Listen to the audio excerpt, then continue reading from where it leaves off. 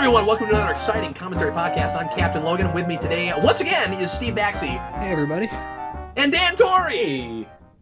Steve and Dan, the other day, helped me out with Winter Soldier, and I invited them back for another special commentary podcast on a movie I like a lot and other people don't. And it'll be a lot of fun to see what you guys think about this movie as we go along and what comes out of this. Today we're going to do the Daredevil Director's Cut, which I've always been a really strong proponent of and always said that if people got to see this version before they saw the theatrical version, that that movie would have done a lot better and folks would have probably not remembered it the way they remember it now, and dare I say, people might not even be as negative as they are about the notion of Ben Affleck as Batman. Because I still think that the problems with this movie were not Ben Affleck and had a lot more to do with things that were cut and stuff like that. So anyway, we'll get into it and talk about it. Obviously, by the time this gets posted, the Daredevil Netflix series will have already started, and we decided to try to record this. We decided to record this before that show started because we didn't want to be influenced in any way whatsoever. So you're hearing our past from a few days ago selves that are not yet familiar with that show talking about this before we can have any kind of bias or influence based on from a thing that by all accounts looks like it will probably be a lot better than this, even though I really like this movie. I have done a commentary on the theatrical cut. I did this actually several years ago now with Vince, and we said for the longest time we would do the director's cut, and now finally I'm back with Steve and Dan to knock that out. Would you guys like to do any kind of preamble before we get started? I agree with almost everything you said when you were talking about the director's cut and the notions of Ben Affleck in this role and the negativity towards him playing Batman. I really like him in this movie. I think his acting is great. I think there's some corny scenes like the fighting in the park that we'll get to that aren't really his fault. Like, that's more script and direction problems. But I think overall this movie is actually pretty solid if you watch the director's cut. They cut the plot out of the movie because all of the gritty Daredevil-ish stuff that they cut out was required to make this movie PG-13. That was all on the cutting room floor. So that was part of it, and the rest of it was just a producer who thought that it moved too slow, and he just wanted it to be a fast-paced action pick, and that was, right. That was the rest. Yes, of course. I mean, there's an entire subplot with what's the hip hop star's name? I think it's LL Cool J. Coolio. No, Coolio. One of the cool people. Not to be confused with Coolio Vince. Yes, of course. But yeah, I like this movie a lot. What do you think about it, Steve? Yeah, when I did my top 20 comic book films just maybe a month ago now, I put it I think in the top 10. This is one of my favorites. I really like Daredevil the Director's Cut, and it's also because we haven't gotten anything Daredevil outside of the comics except for this Netflix show in this movie, so it just scratches kind of an itch. Daredevil, the only character in the comics I like more than Daredevil is Batman, so I really like this guy. I really like this movie, and like you said with Ben Affleck, he turns in a really good performance, regardless of the scripting and directing issues. Mark Steven Johnson, if you watch him in commentaries and interviews and stuff, he's really passionate about the character and really had a vision for this movie, which sadly didn't translate to other movies he made, like Ghost Rider, which was just really bad. But it certainly was there with Daredevil. He certainly has a history with this character, and it's going to be fun to watch what his original vision is all over again, because I haven't seen this in a little while. It's all right, cool. It's funny that we have that in common, Steve, that our second favorite comic book character is Daredevil. The only character I like more than Daredevil is Spider-Man. Well, there you go. He's awesome. Daredevil would probably be my top 5 these days, and might move up were I to read more, because you guys have definitely read a lot more Daredevil than I have. Yeah, fair enough. I mean, Daredevil's a book that was pretty consistently good for a very long time. It was one of Marvel's best things they were publishing for a good, 15 years. I mean, when Frank Miller was doing it, and then you get and Machete, there was a weird period in the 90s where he wore Black Samurai armor that was awful. But once it got rebooted with Marvel Knights, most of that series was really good up until Andy Diggle did Shadowland, and now we have Mark Waid, which is amazing. So it's been good for a very long time. And part of the fun with Daredevil, and I guess we'll talk about, is that reading the runs is really where it's at, and sitting there and experiencing it for the decades and decades of good storytelling is so much fun. Oh, of course. Well, that's why it's great that we're finally getting a serialized adaptation of it, because that kind of makes more sense for this character. Agreed. Let's go ahead and jump straight into the movie. Everybody that's going to watch it with us, make sure you get out your DVD, your Blu-ray, however you might want to watch it. Get it past all the menus, get it to timestamp 0, and get ready to press play whenever I say now. If you've never listened to one of these before, we make this a podcast and a commentary simultaneously because we are just that good. And if you're not going to watch it with us, what we do is we try to provide as much context, also commentary, we'll provide that too, as much context as humanly possible for what we're talking about, so that you can listen to it in your car, or while you're flipping pizza, or while you're rolling around in the backyard. Are you guys ready? Yes, sir. Yes. All right, everybody, we're going to get right into it. Everybody, please press play right now.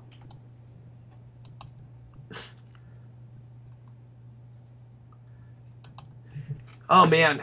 Fox at one time had the rights to Daredevil. Good time. Yeah, and I was kind of sad initially that the movie that sizzle reel was done for didn't get made, because it was going to be a period piece in the 70s, like when Frank Miller wrote in the late 70s. That was the David Slade movie, right? Yes. And based on Born Again, if memory serves. Yes. And I was kind of sad that didn't get made, because I thought it had the potential to be really great. But hopefully this Netflix show makes up for it, and I think it will. The trailers look amazing. Yeah. Yeah, and it certainly looks like it's going to have all that Frank Miller iconography and just, general feel.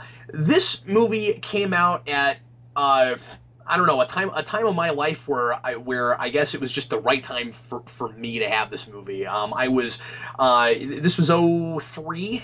02 or 03. I was working in a movie theater, and that was a really weird year for me. That was my senior year in high school.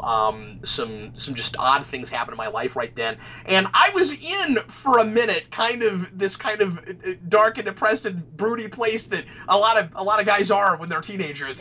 And I got like really into Evanescence, and that was a period where in rock music it was all about this like really broody, almost emo-ish kind of thing. Mm-hmm. And this movie just scratched all kinds of itches for me, and I loved it in the theater with the theatrical cut, and obviously was not all that critical about it. But it was all about the atmosphere. It was kind of Batman 1989 all over again for me.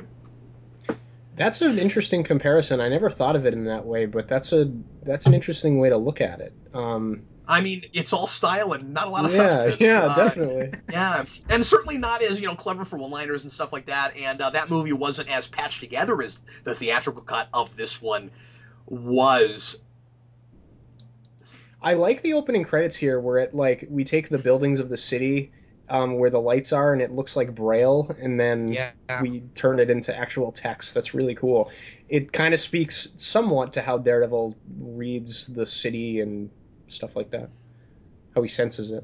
I guess a little bit. I mean, he certainly doesn't sense it through Braille, but right. But it's just saying that he senses his surroundings different than everybody else, And I also just had an like confusing mental picture where we see the city reflected, turned upside down, and then there's just a rat, which instantly tells you everything you need to know about this type of New York and Hell's Kitchen. Especially considering in real life Hell's Kitchen is nothing like this. It's the exact opposite. Yeah, and there's an interesting explanation for it in the TV show that will be interesting to see once it comes out. I've heard why Hell's Kitchen is as messed up as it is in the TV show, and it's really cool. Oh, cool. Okay. In some ways, this movie feels forever ago, and in some days it feels just like it's just yesterday. And it's so, for me, and it's so interesting, just all the things that have changed, and especially in superhero film. We've got Favreau in this doing his comedy thing, and I would have never guessed that 5 years later he as a director would change the universe for superhero films. Yeah. I wouldn't have expected that either. One of the things I really like about the director's cut opening is that the whole movie is kind of a flashback, and that warrants the kind of Frank Miller-ish narration that we get from Daredevil throughout the entire movie, which is really cool. I like that. I do want to point out, though, Dan, that that's the same as the theatrical cut. It does start here at the beginning? Yeah, it starts right here. There's almost no difference. I always resisted it to a degree because it's kind of that standard, we've got to start in the third act and then go backwards thing. But I guess and that just seems like a, kind of a tease and kind of gimmicky. It's like, well, we've got to see him in the suit real quick so that we remind everybody that they didn't walk into the wrong theater. But then the nice thing about it is that it does serve the story in the sense that, as you said, the whole thing does kind of end up being a flashback, and also he goes all the way back to the beginning so we can get the origin, but the whole movie doesn't have to be an origin piece. Right. So it's handled better than that's handled in a lot of things. You read a lot of comics these days, and they'll open with a scene where it's like, 3 hours from now, and then for like 4 pages you're reading like the exciting climax thing just so that we can do the in Medias Res thing, and that's done for no reason at all except just to try to entice you to keep reading. And so you're right, this is handled better than it often is. One of the cool things I like about the opening too is, as a Daredevil fan, it immediately speaks to me. Because that shot of him on the cross hanging is a cover of one of the Guardian Devil covers from Kevin Smith's run. So you immediately know these guys know their comic books. I have that action figure. Yeah. Yes, I do too. It's a nice action it's cool. figure, the Marvel Select one. Also, it's kind of cool that because Daredevil's character is always trapped in the past anyway, that it would make sense to do a movie that's told in flashback. Like, whether he's having depressing fits or about his vision or just about the type of journey he's going on. It's always something devoted completely to the past that he's trying to overcome. So, maybe that's a bit of a stretch, but I think that's kind of there. No, I like that, and I think that's reflected in the fact that we look at his eyes as an adult, where he can't see and the pupils aren't there, and then we fade into his younger self when he can see, and you're always, I would expect, and I don't want to presume anything because I'm not blind, but I would expect that if you're blinded after being able to see for a good deal of time, that you're kind of going to go back to that point in your mind a lot, because that's the reference point you have for what objects look like, for what stuff looks like. And so, like, how much different would your perceptions be if all you really have to go on is your, 8 or 10 or 12-year-old memories of how the world looks? I think your point is really good, Steve, too, and it's set up in this opening scene with Jack Murdock and how he's stuck in the past too, and Matt is sort of defined by living up to his dad's example. We see him drunk and asleep watching his glory days literally on the television. That's a good point. I think they do a real good job of making Jack Murdock sympathetic but kind of pathetic at the same time in this. Because in the comics, it's a thing where Matt always loves his dad and thinks he's the greatest dad in the universe, but of course he wasn't, and he's got a lot of flaws, but we still kind of like him or enjoy his presence because he made Matt into a man that's so convicted. And so this movie is the exact same thing, where Jack's not necessarily a guy you'd hang out with. He's not in a good place, he doesn't deal with it in the right ways, but you see why Matt would look up to him and why all of his mistakes ultimately mean more. Yeah, and it's just like Matt. Matt makes mistakes in the same way that his dad does. I mean, Jack's a guy that has his heart in the right place but doesn't know how to achieve the things he wants to, and Matt, all of the great Daredevil stories are essentially that, And there was a great Daredevil annual story that flashed to the future where Daredevil had a kid, and he's essentially doing the exact same thing his father was doing, except in reverse, where his son keeps wanting to go read, and he keeps trying to force him to go out. Yes, I think I've read that, actually. I think that was either Mark Waid or Bendis, I don't remember, but it was an annual story at some point. This transition we just had from the moon to the biohazard thing was not in the theatrical cut. This is one of the first big added scenes, or extended scenes, I should say, where he drops the report card is different. Oh, interesting. Isn't there like an extra half an hour in this version? Or... Yes. Okay. Yes, this is a half hour longer, and importantly, it's not just what's added; it's what's changed. Yeah. There are scenes in this version, especially there's especially a moment with Matt and Elektra on a roof that we'll see later, that is just the complete opposite of what it was in the theatrical cut, and immediately makes both of those characters a lot more sympathetic. So he just dropped that report card, and because he just heard where his dad is supposedly at, and he's starting to realize that things aren't the way he thought they were, and that his dad hasn't been doing what he thought. So he's crushed and surprised, and that's really sad. And it's a much better. I know this is a little piece of minutia, but it's much better placement for that, because where it was before was right here. He drops it when he sees his dad doing that, and runs off. And I kind of like that. He's already kind of realized it. Mm-hmm. What's going on, and he goes and he doesn't want to believe it, but he goes and finds it, and that's just really kind of sad, because what his dad wants for him is to be better than he's been, and that report card represents that he's living up to that, and his dad's not setting the example. I'm always a sucker for. I'm sorry, one second. I'm always a sucker for these kinds of stories about sons that are kind of trapped doing the same thing their fathers did, because our parents have such an impact on us, and their and the example that they led, and sometimes no matter what you do to try to get away from it, there's always that battle between nature and nurture. Yeah, agreed. The father-son stories often have that theme. A lot of times they end up seeing more eye to eye than usual, but with Daredevil, it's always more of a battle.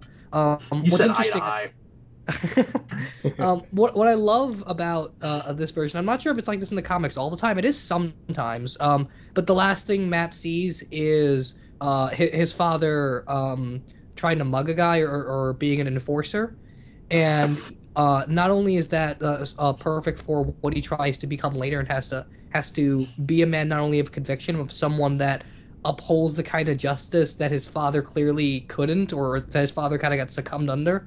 But it's also great because now when his dad becomes a better father, it's a lot more tragic because his son's not there to see it in the same sense. Yeah, it's interesting. Like Frank Miller talks a lot about how Daredevil is a character that Stan Lee and company initially kind of hashed out, and he's a character with a ton of internal conflictions that no one really addressed. And the fact that he is so contradictory in the way that he goes about his business. He's a guy that believes in the rule of law, but at the same time believes it's necessary to go out and beat people up to be a vigilante. Frank Miller dress the devil and be a devout Catholic at the same time. Exactly. Frank Miller was thinking to himself, he was like, well, this is a character that doesn't really make all that much sense. Let's look at that. Let's explore that and see who this person would actually be. And a psychiatrist would have a field day. Exactly. And I think that's what was so brilliant about the take that Miller had on the character, and what makes these stories so interesting. And that's where the tragedy of Daredevil comes from, is he's living a life that's so fundamentally contradictory and flawed, but he's still kind of a good guy at the end of the day. And a lot of times when you get characters like Batman or Spider-Man or Superman doing deconstructionist stories, doesn't necessarily work and do justice to the character. It risks you being too pessimistic or missing the point of the character. With Daredevil, it's just so completely natural that whether you're building him up or breaking him down, it works from the concept forward. It's something that was built into the character, and it doesn't feel weird when you're doing things that are overly dark and gritty with them. Right. And again, his father lived a very similar life to what he ends up living, in that that contradictory. He says one thing, but he kind of does something else, and it's almost like, I don't know. It's almost like characters that are too proactive in a way, right? Like it's like if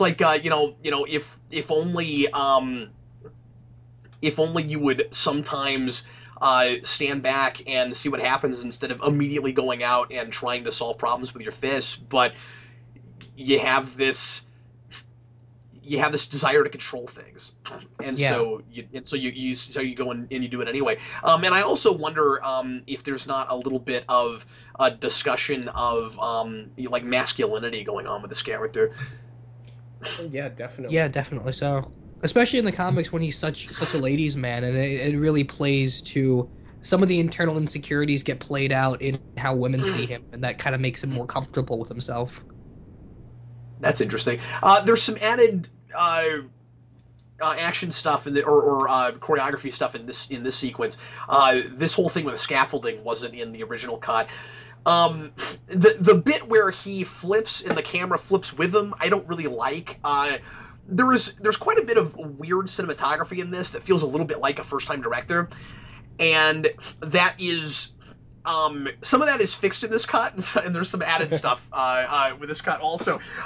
Still not a perfect movie. I like it. I think we're about to see Stanley's cameo. There it is. Oh yeah. I think that's a lot of fun. That he saves Stan Lee from getting run over. Stan Lee looks exactly like he does now. But nearly. But anyway, yeah, there is still a better cut to be made of this movie, I think. There's more added than needed to be. It's almost like everything we shot so much that didn't make it that we got to put it all back in. Yeah. And it's a little long now. It's like 2 hours and 15 minutes. I don't think the story quite warrants that. And I think there's another 15 minutes that could have been cut back out of it. But like it's half an hour longer, but it's awkward because some things were changed rather than just straight up cut. Well, also importantly, like this is a time when superhero movies were more rare, so you wanted to get as much bang for your buck with one as possible. So they do more than like 50 to 60% of Miller's run in one movie, which is part of the problem, but also part of what's enjoyable because you weren't sure you were ever going to get to see Elektra and Bullseye and that classic stabbing scene on screen ever, at least not in 2003. Yeah, once you get this cut, though, it's surprising how much of that put together works and doesn't seem overly complicated. I mean, this is not a really complicated story. No, it's not. Yeah. It's more like we have several subplots kind of happening at once that all kind of, parallel each other a little bit. It's really cool that we get a bunch of cameo name drops of comic writers and artists, but I also want to talk a little bit about the whole Jack Murdock dying thing being the inspiration for him being Daredevil, because it's kind of similar to Spider-Man's origin when you really think about it. Yeah. But I've thought about this a lot, and I think Daredevil almost has a more tragic and motivating origin than Spider-Man does in a lot of ways. And I think the tragedy of Jack Murdock's death is he dies trying to do the right thing and trying to set the right example for his son, and that's what kills him. That's really sad. And I think in a lot of ways it's even more tragic than Batman's, because Bruce was 8. Daredevil varies in age, but every time his dad dies, he understands it fundamentally in a way that Bruce never understands his parents because he's just a kid. Mm-hmm. So there's a much bigger loss there. Oh, yeah, definitely. I just think that that's just such a profound motivation for someone like... And it makes Daredevil look like a more sympathetic character in doing what he's trying to do, because he's risking his life in the same way his dad does every time, the same way his dad did every time he goes out and puts the costume on, and he could be killed like his dad was for trying to do the right thing, but he does it anyway. Yeah, it's like that sacrifice is worth it. Yeah. I also think it's really interesting that in comparing it to Spider-Man's origin, by the way, this is also quite a bit more extended, this fight, quite a bit extended. But anyway, in comparing it to Spider-Man's origin, it's interesting that Matt has kind of already started to formulate like how he looks at the world and this and this desire to change it somehow in a way that Peter Parker didn't. Right. Because the whole idea with Peter Parker was he doesn't start to get the sense of responsibility and wanting to make the world a better place until he really screws up. And even after he screwed up, he has to even screw up some more. Like even after his uncle dies and he's got, or I'm sorry, like he gets spider powers, and of course the first thing he does is he tries to make money. But that's not Matt Murdock, because he gets blinded. At least in this movie, he gets blinded after he sees what's happened to his father because of how corrupt the streets are, and he wants to do something about that. You could argue that he might have become Daredevil anyway, or at least something akin to it. Yeah, it's really interesting to think about. Like, did his dad have to die? Because the question is, what is he training for?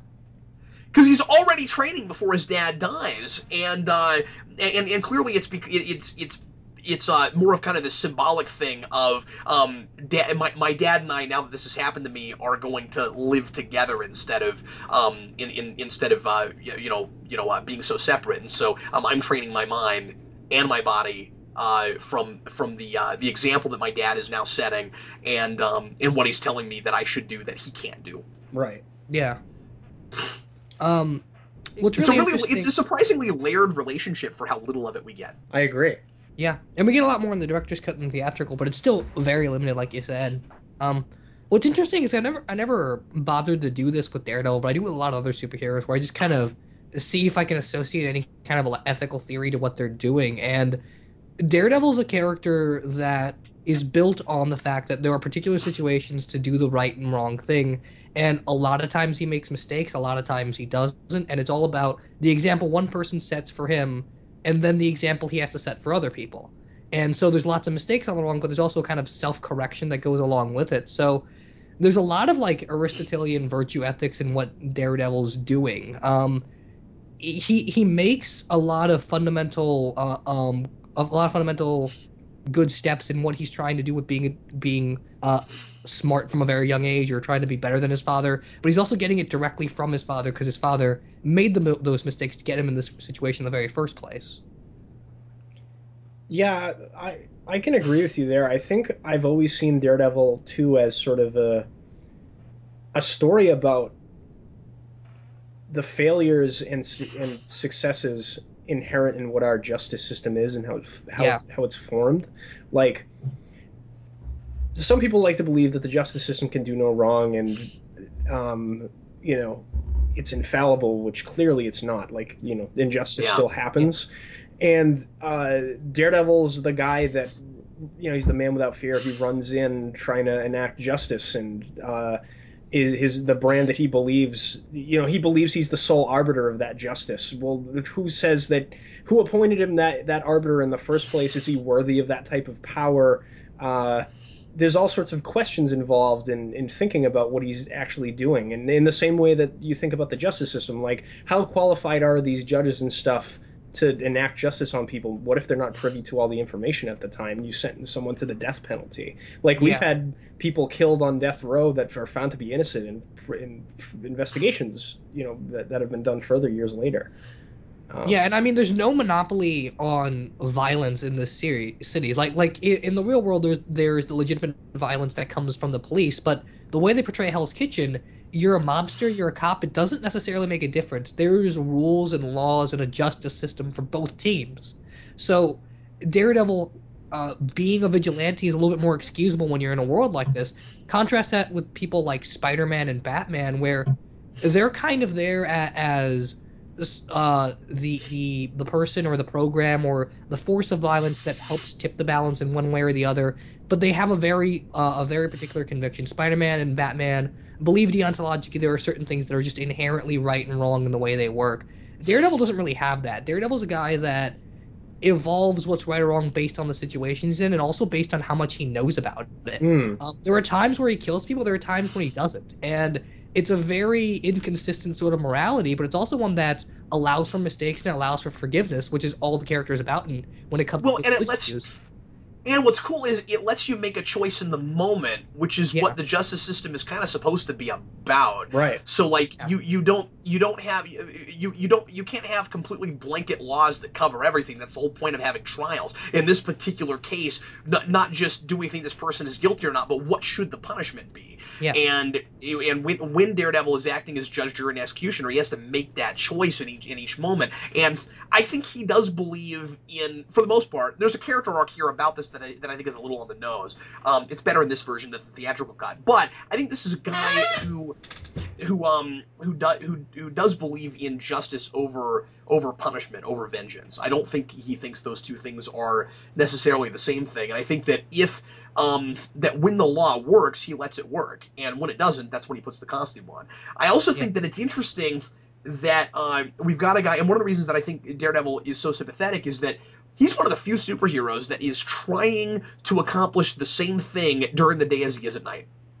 Yeah. Yeah, you're right. He never sleeps. you can look, and when he does, it's in water in this, which I think is really interesting. And I don't know. I guess we can talk about that later if we want to. But we can talk about how there's a little bit of, it's a little bit contradictory that he's trying to uphold the justice system, and then at night he goes out as a vigilante. You can argue that he only does that though when the law doesn't seem to be working, and so by and large, he's trying to accomplish the same thing with both things. He's got a job, but his job is still about what being Daredevil's about. Yeah. Right, exactly.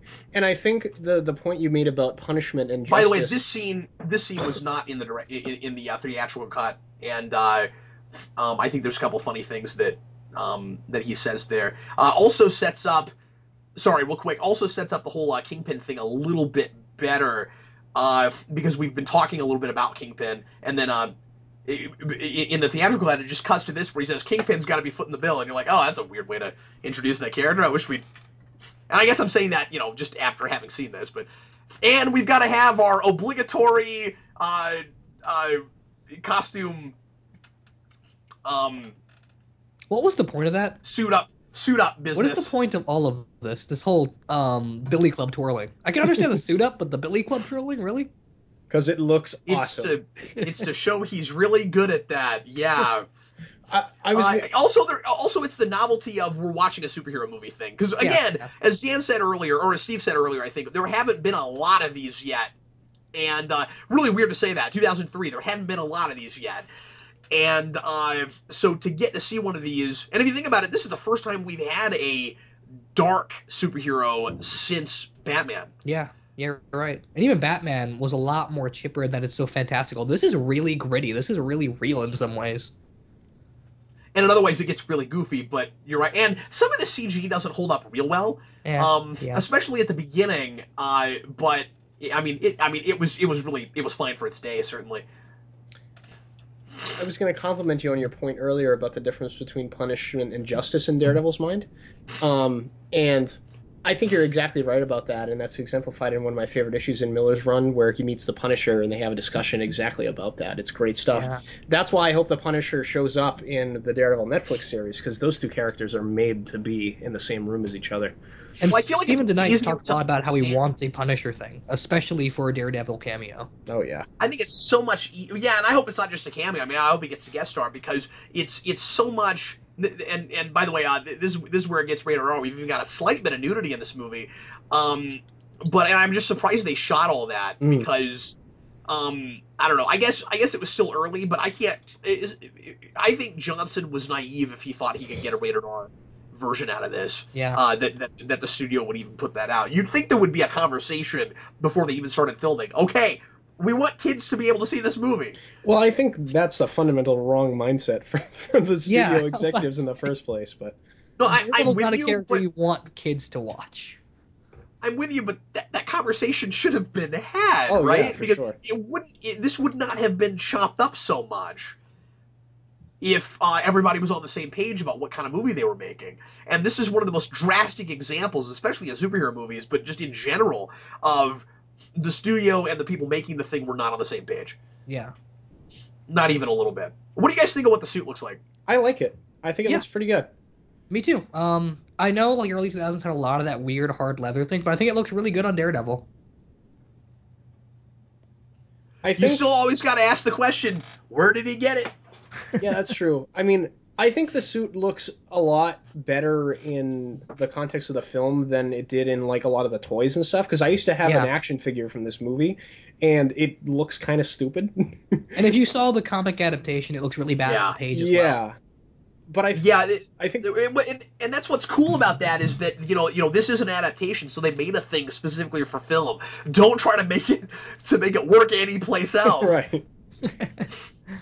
It's kind of weird. And I don't think it looks good in the and I don't think it looks good in the light. Like, we had those posters for all four of the main characters that came out before this movie, and a lot of people were complaining about the costume, and it didn't look great in those. You've got to have it in the context of the movie. Yeah. And you can't put too much light on it.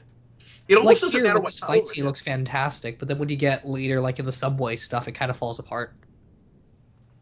I mean, not literally. It's not like it falls off or anything. I love the fight scenes in this movie, though, because even in the theatrical cut, they were really good about framing their action. For the most part. Yeah, I mean, think some of the stuff later doesn't work as well, but it's cool that Daredevil moves like comic book Daredevil. I also like that we do get, and not just with the special effects, we do get a good sense sometimes of what it's like to be Daredevil, or at least the advantages he has being blind. I like that, we'll have like a pitch black room, or we'll have a strobe thing, and that makes it really hard for people to hit him, but he doesn't have any problem with it. Yeah. I've always thought something Frank Miller said about Daredevil's blindness was a really interesting observation about the character that I never really thought about before. He was talking about one of the things that he thought was cool about Daredevil was that if you think about all the other superhero characters, their defining aspect, the first thing you mention when you talk about them, is what they can do that no one else can do. Like Spider-Man can climb up walls and shoot webs, and he said Daredevil's blind.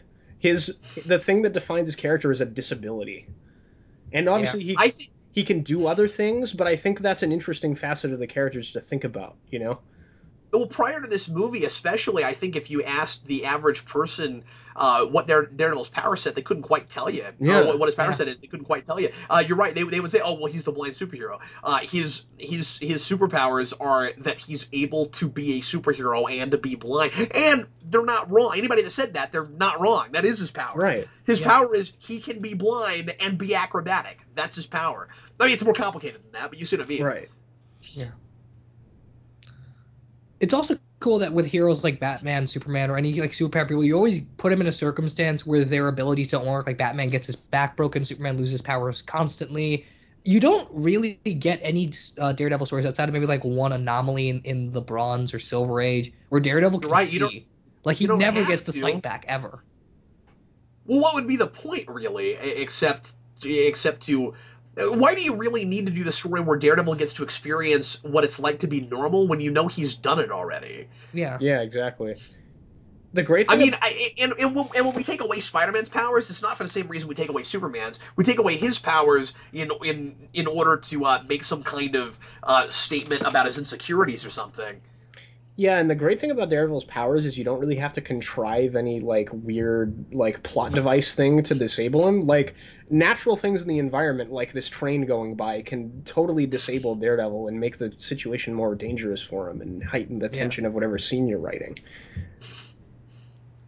By the way, Dan, there is an extra reason that Daredevil is going after Quesada here that nobody's talking about. That's because he wants to get him for one more day. One more day!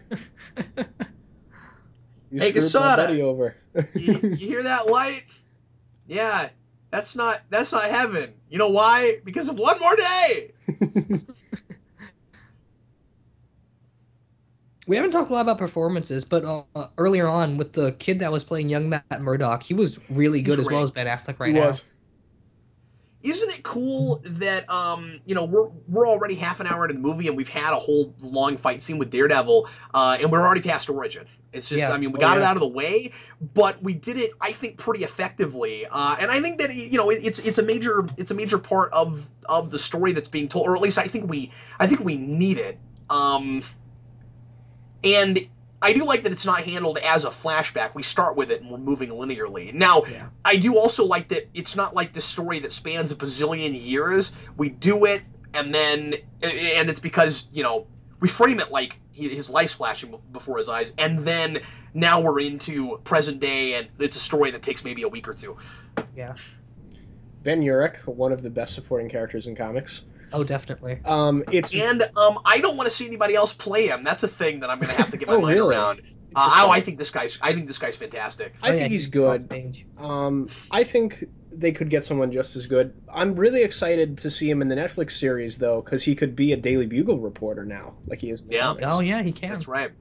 Although who knows if he's in that? I'm saying in subsequent seasons. No, I'm just saying he might already be in there. I don't know. Yeah, I mean, I don't think they cast anyone, but. I think they did cast someone, didn't they? Did they? Okay. I feel like they did.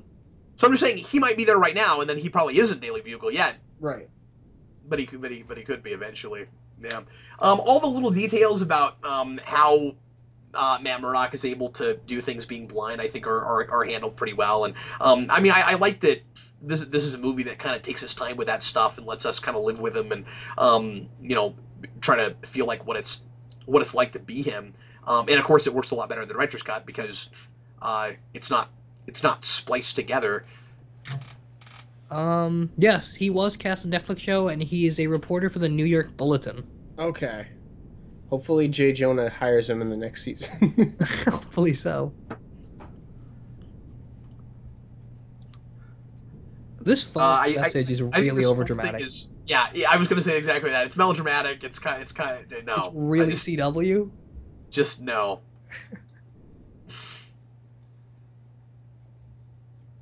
And like, what is that accent? I have no idea. It's pretty bad. It's kind of grating. Every time we sleep together. Maybe that's why I ignored her. I don't mean it's like a European accent or anything, but it's just there's some weird inflections. I don't know what that's about. So Daredevil's lair is really weird to me because it feels so not over the top necessarily, but just really counterintuitive considering how many dangerous and pointy objects are laying around. That's a good point. Like there's chains and metal cages and stuff. If you just slip and fall, you're gonna like break your ribs on a metal desk. Yeah, but he doesn't have any fear, Steve. Yeah, okay, maybe that's what it is. He's just not afraid of that stuff. And maybe some of those gashes on his back are because he fell down on things he owns.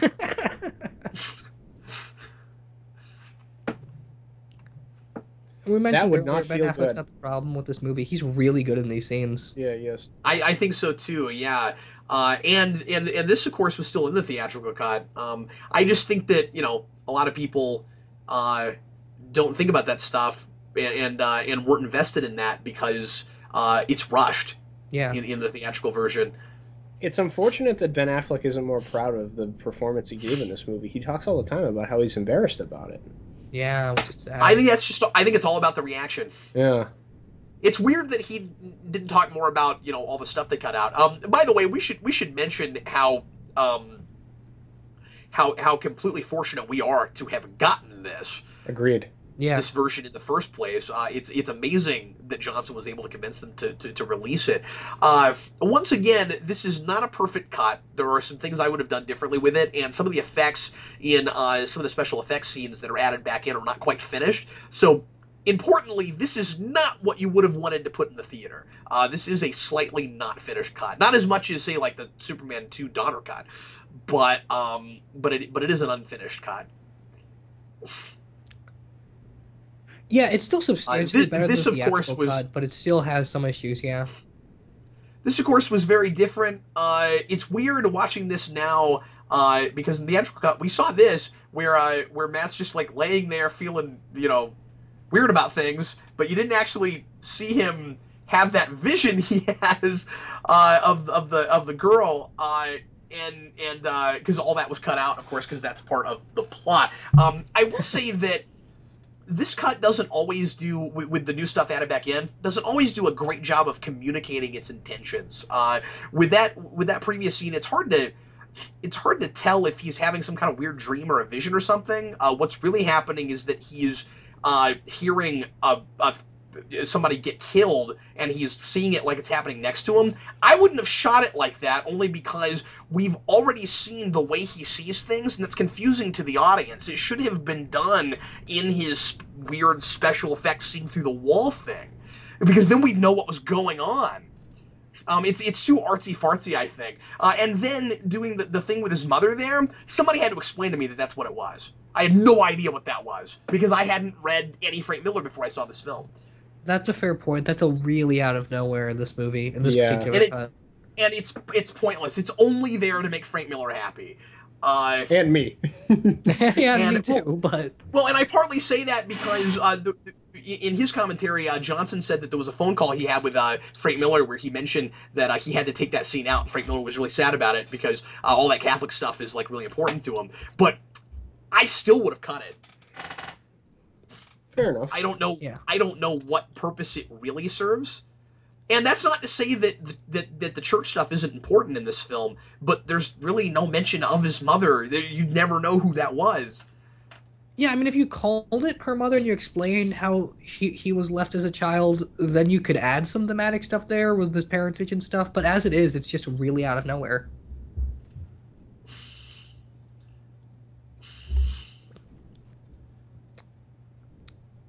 Jon Favreau is really good as Foggy. Yeah, I like him a lot. Yeah, And I he's think not right fun. now, even though this is a comedic scene, Foggy Nelson is accidentally defining Matt's worldview. Yeah, exactly. You don't have a moral vacuum. That's why we like him. That's what makes him endearing.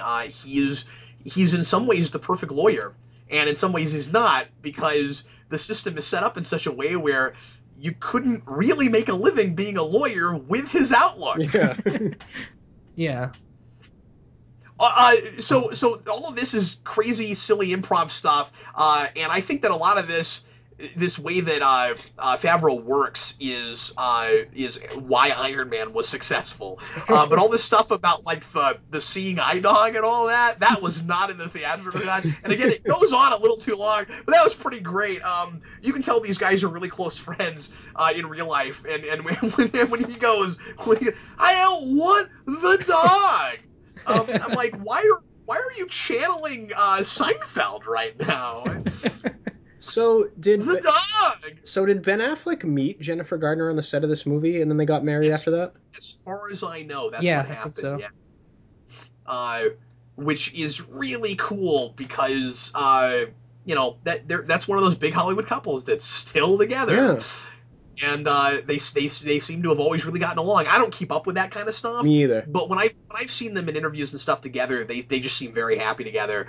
And I just find all that really romantic, especially because I thought they had a lot of chemistry in this movie and really liked them together. And then I see the director's cut and realize that they really have a cool thing going when we don't resort to let's sleep together on the first date just so we can have a sex scene. Yeah. This movie, this version has no sex scene. She dies before they've gotten physical at all, and that makes it that just makes the whole relationship so much better to me. Yeah, no, I agree. I think if you still need to cut that whole playground fight thing, but other than that, this cut doesn't really fix their Agreed. relationship. But I'm with you. That is cartoon. That is Tom and Jerry level cartoony. And I mean, still, he meets her in a really contrived way. He's scoring sympathy points with her because he's blind. Like, all that stuff is still kind of awkward. I'm with you.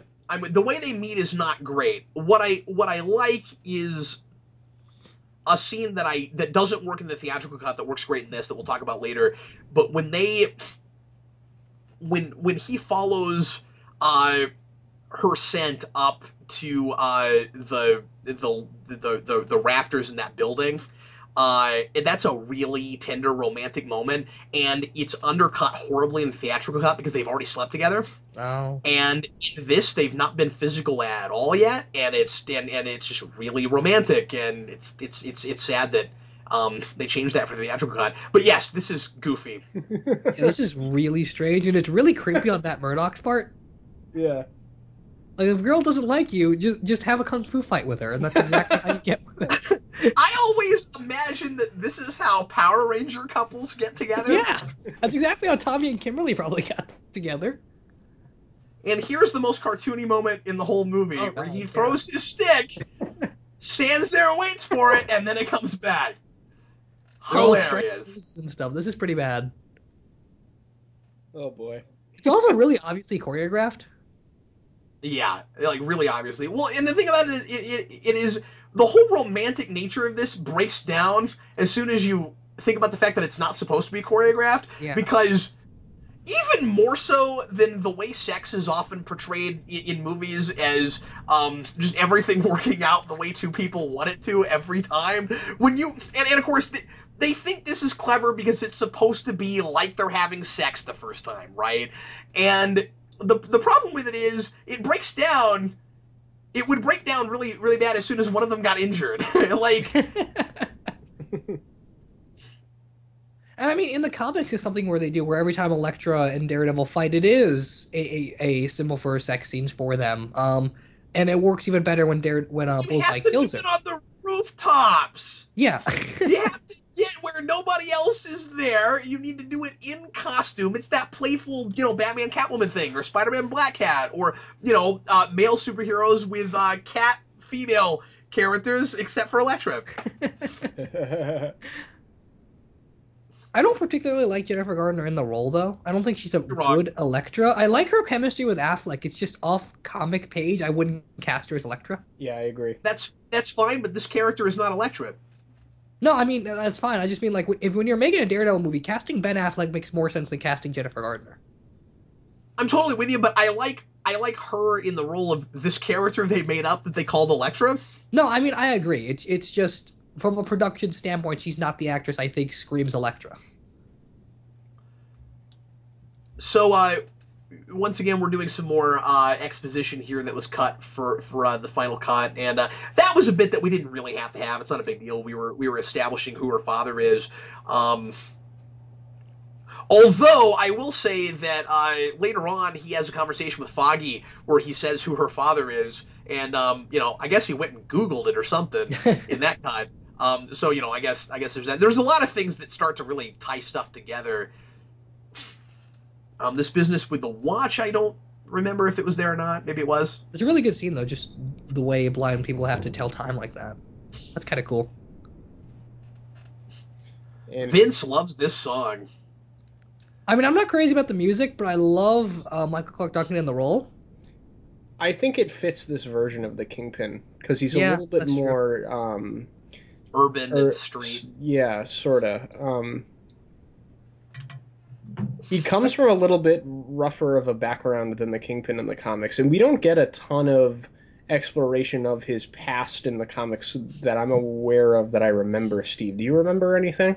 There's some stuff. I mean, the Spider-Man animated series did that thing where his dad was it's similar to this. He's in like a gang when he's younger.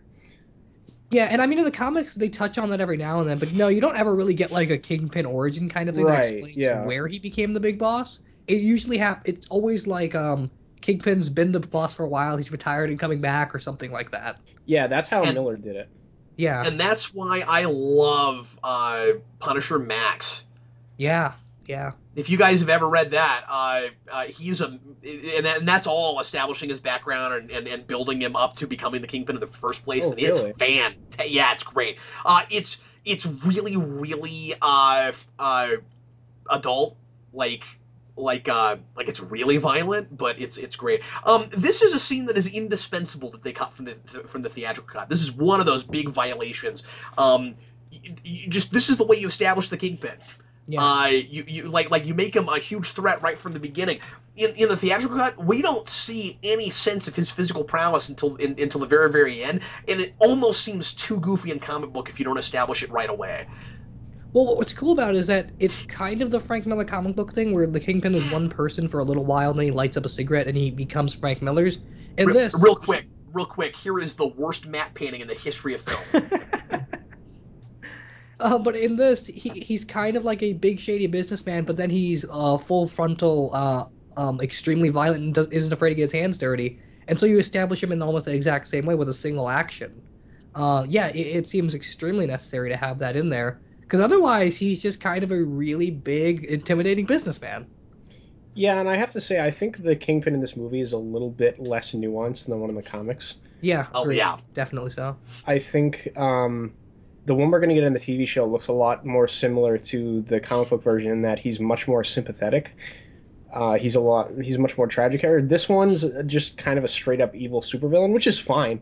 And I like Michael Clark Duncan's performance, but he's having a lot of fun in the role. Character. Yeah, exactly. I mean, like really, he's there to provide the opposite worldview of Matt Murdock's when he later on says nobody's innocent. Right. Yeah. And that justifies everything he does. If he has that ideology or lack of ideology that is well, everybody does bad stuff, so might makes right. Why not do everything I can do and be right at the top?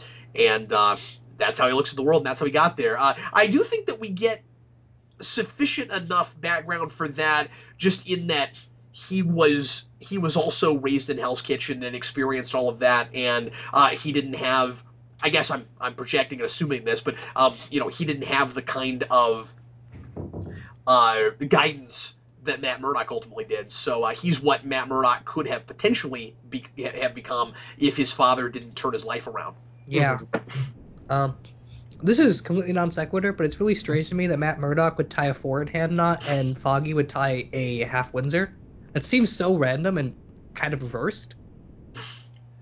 Wait, I want to mention that Steve knows everything about tying. I tie a lot of ties. It just seems like Steve Matt is will be the guy that really has the Windsor, not Foggy. I bring Steve on as an expert in a lot of things. Batman, philosophy, male fashion. I like Coolio in this a lot. I think it was a shame that he got completely cut out of the final act, the final cut. Of course, if you cut any of them, you got to cut all of them because once again, he's part of the actual story. And I think he gave a good believable performance. And his whole tirade later about Buckshot is hilarious. I just love that. I really like this intro to Bullseye. They have a scene later where he's at the airport, which is and on the plane, which are completely unnecessary. But this kind of introduction to the character is really cool, and they use this version in the comics where Bendis does, and Bendis doesn't understand Bullseye. He understands everything else about Daredevil. I agree. He doesn't get Bullseye at all. But this version works for this movie. It doesn't work for the comics. Yeah. For some reason we introduce him 3 times in this movie. You're absolutely right. It's like, why do we need... I guess the only reason we need to see him where he is, getting on the plane, and finally...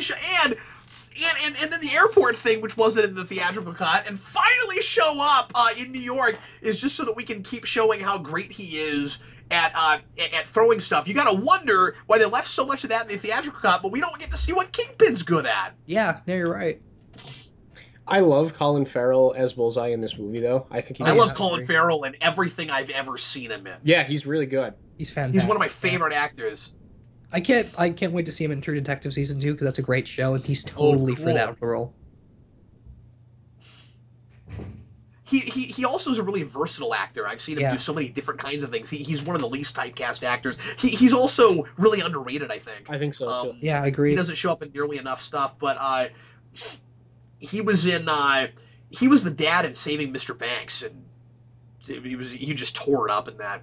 Yeah, he's great in that. He's great in Bruges. That's one of my favorite movies. Oh God, in Bruges, yeah. I like that song though in the background for. He plays a lot of. If he is typecast, he only plays characters who drink. I think there is that. I think he only plays characters who drink. And by virtue, he only plays characters that are Irish. Yeah. I don't know why that's funny every time. I got a blind guy here. That's pretty funny. See, there's that Bullseye scene. We just don't need this. What I like is that this serves no purpose whatsoever. But it's awesome. It is awesome. It's totally awesome. This is so entertaining. Well, and that's what's cool about this movie is that it's really dark and gritty, but I think the humor works. I think it's got a lot of levity to break up the really heavy stuff. And I like that we've got a superhero that, as broody as he can be, also has a sense of humor and knows how to laugh. This scene is so great. I love how OCD is, though, because when he's putting his toothpick and his pen down, they have to be perfectly parallel. Yeah. Well, see, he's always sizing things up. I mean, it actually makes a lot of sense. It's kind of fun. The paperclip. Now, I guess the one thing this is doing is that it's setting up that he's still got paperclips. Yeah, you're right. Oh, actually, no, it's not, because he's not going to use that paperclip later. He's gonna use peanuts, which is really funny and kind of twisted. I do love the scene when he kills the old woman on the airplane. Yeah. See, I should be mortified, but I think it's hilarious. It is funny. That's what I love about it. Even what was the point of that? Why do we have like this creepy glare from a guy who's like, that guy looks like he might murder America? Even the humor in this movie is kind of like black humor. Yeah, that's true. Which is kind of fitting. Although I don't know what it says about our the time we live in now that it feels more tame than it did back then. Yeah, you're right.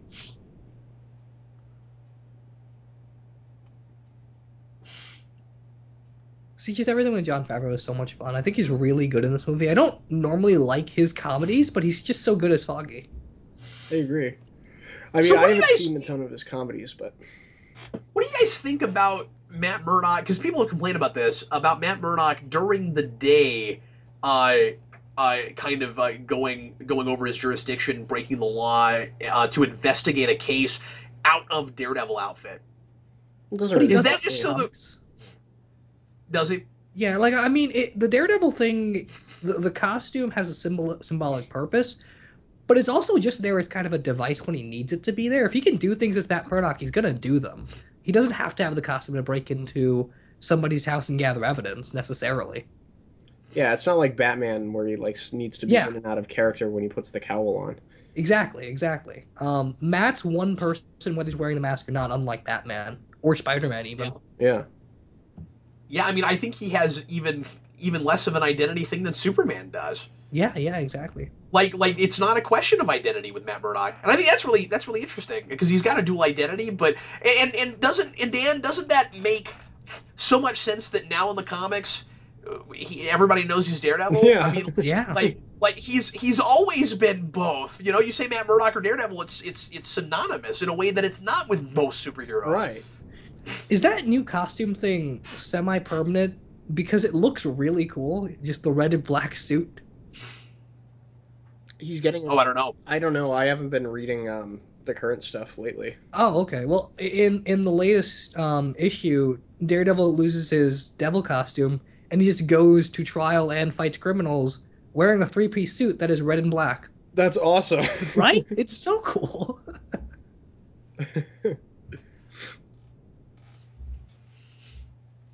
So, and this is the girl that he saw earlier Yeah. when he was about to go to sleep. The one thing that I liked about that that we saw earlier was that it kind of shows how guilty Matt can get when it's kind of like the thing people talk about often with Superman, where he can hear everything and the power to prevent almost any crime. And like if Superman existed, like a city crime would be eliminated, but Matt Murdock's not that powerful, so it eats away at him. And that's really sad and terrifying. And importantly for both Superman and Matt, because of their superhuman senses, both Superman and Matt had to learn how to drown out and prioritize all of the screaming that they hear constantly. Yeah. Because they're never going to be able to stop all of it. Even Superman, you can't stop all of it. So you just have to kind of live with the fact that you're hearing people die or Right. find a way to tune it out somehow. But Dan, I'm with you. I just still don't think that we needed to like move over next to his like sleepy coffin and show the girl in full body as if she's in his apartment. I think that's just really confusing for the audience is all. Yeah, maybe not. Yeah, I agree. I love that. I love that line as he's investigating and he sees and he feels the indentions and fucking yells MOM. Okay, it was the mother. Let's go. I think that's really funny. The mother did it. It's really scary that Bullseye like won't listen to this woman's conversation, but takes his earbud out so we can listen to her die. Yeah, well, and I think that's important for his character, what little character he's got, right? that he doesn't do this for the money. He does this because he gets off on it. Yeah. It's all about the well, I want to say it's all about the challenge, but he doesn't expect to lose. Yeah, he's that arrogant. Yeah, he's just that. It's like he's gotta do it. He's that character that I would totally buy, like making tally marks for all the people that he kills. He's a parallel of Matt Murdock in this movie in such a way where like Daredevil's the man without fear, and Matt Murdock's always quite the arrogant man. Matt's a pretty arrogant guy, but to some degree he knows where his limits are sometimes. But Bullseye has no idea. And Bullseye also is a man without fear until all of a sudden he misses.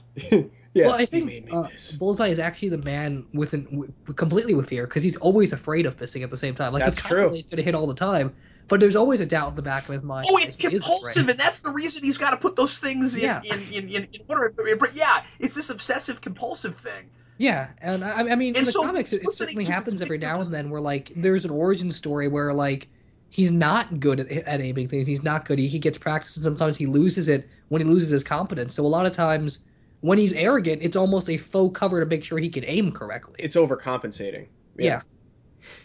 yeah, and when he's when he's experiencing his victim's death and like and like hearing their last breath and all of that, it's probably like like that sense of accomplishment.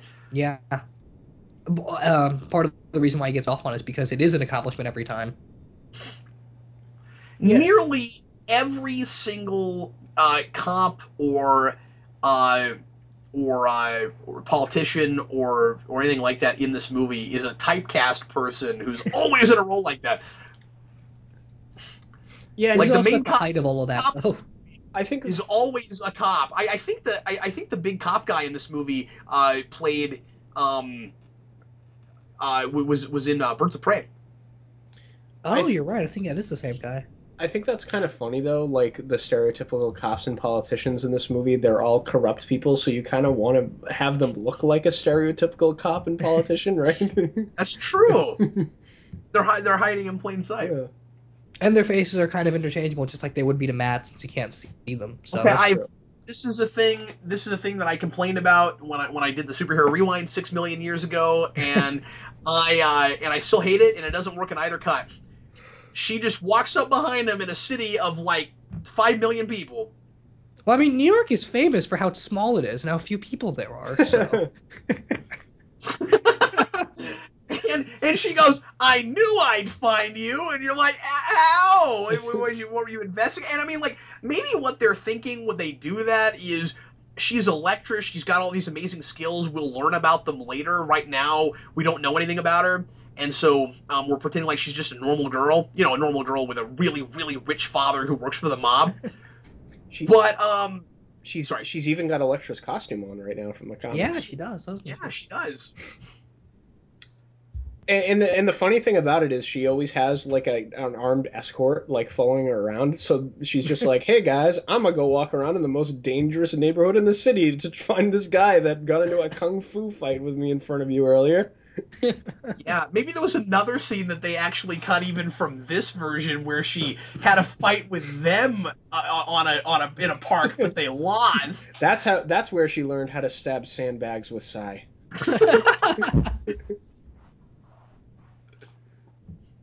Also, what are the odds that your new girlfriend is going to have a Braille necklace? Or is it? No, it's Braille later. I made the same mistake last time we did a commentary on this. No. She Brailles it later. Never mind. I just wasted 30 whole seconds with that. See, there could have been a really cool parallel here with Electra's mother and Matt if they mentioned the fact that that woman we saw earlier was Matt's mother. Yeah, you're absolutely right. It's not in the movie ultimately, but yeah. Yeah. Also, there are just so many contrivances in every scene with these two together, unfortunately. Because like, oh, now it's about to rain. You know why? Because it's a really good mood thing. Now, I do kind of like the idea of. Oh, you guys can't hear me? Are you guys with me? Okay, we're back. We had a bit of a hiccup there. What I was saying was I kind of like the whole idea of the rain hitting her face, and I think it's kind of romantic. And I like the effect. Does it make any sense? No. Okay. Well, Just kind of. Oh, Because I thought you meant for it to every be object raining right vibrates at a now. different frequency. Huh? Oh no, and it also doesn't really. It looks more like there are buckets than it does actual rain, Dan. But yeah. But yeah. Yeah, filmmaking wise, it's dumb, it's contrived, it doesn't look good, and it comes out of nowhere. But at least scientifically speaking, you could get this effect if you had a radar sense.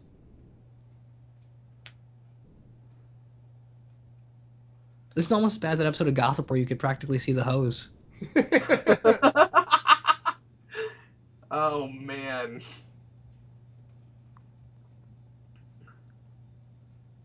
Some of this stuff was cooler in the theater than it is, 14 years later, I think, just because, or 11 years later. I can do math. just because it was like the first time I'd seen some of this um and some of these ideas. Like we talked over it, but when he as a kid wakes up in the hospital and he's experiencing his radar sense for the first time, that was compelling in the theater, especially because when you've got surround sound, when I was watching in the movie theater, you got all the sounds hitting from all these different directions. Mm-hmm. And it was really cool. You felt like you were kind of in a set a little bit. I view the director's cut a lot like I view the Spider-Man 2, in that all the relationship stuff is kind of contrived and doesn't make a whole lot of sense, and I'm not all that invested in their relationship, but everything else works pretty well for me. Yeah, agreed. The difference is in Spider-Man 2, I don't like the female lead. Yes, and in this very movie, true. I do. This movie made me fall in love with Jennifer Garner. She's one of my favorite actresses. I think she's one of the prettiest ladies in Hollywood, and I think she's a good actress. I think so too. I agree with everything you just said there. Yeah, so do I. So this is a thing that I complain about every time I talk about this movie, and it's not a problem now because we've actually put this together right. But in the theatrical cut, he does not run off and take care of this guy in the scene. In the theatrical cut, he does in this what you would expect Matt Murdock to do, what he should do. He leaves the girl on the roof so he can go stop crime. And also, there's a thing that happens in this version earlier in the movie that really sets this up, which is he lays there and somebody dies and he doesn't have time to go stop it. Right. And he feels bad about it. And in this, he's got a chance to stop it. Now, you can argue, well, we didn't have that other scene, so he's not as, unsympathetic, or, we don't find him as unlikable because of that. But even still, in the theatrical cut, it's obnoxious. He stands on the roof, he hears this person getting beaten up, and he decides instead of stopping that, he's going to go have sex with his new girlfriend. Well, the weird thing is, like, I think even in the theatrical from? cut, you had that phone message where Matt's emotionally unavailable. So it's weird and inconsistent that he would not be Daredevil for Elektra, but not for anybody else. And in this, it makes perfect sense because it's consistent. She's not some special girl. And then in the theatrical cut, the very next scene, you got that scene where he says, "Yeah, you know what? I'm not even gonna try to do things with Elektra. It's not gonna work out. There's no future in this." And he's just had like this really romantic, PG-13 sex. Yeah. I like this line. I think it pays off a lot better in the director's cut than the theatrical cut. But the fact that Matt has to tell himself and the kid that he's not the bad guy. Yeah. And I think that's something that Daredevil does in the comics quite a bit. Even if it's not said as bluntly, that is something he tells himself. That nun that we just flashed to, was that supposed to be Maggie too? His mother? I think so. I like the pre-scenes a lot better in this than in the theatrical cut. I think they're both pretty good. The conversations are different.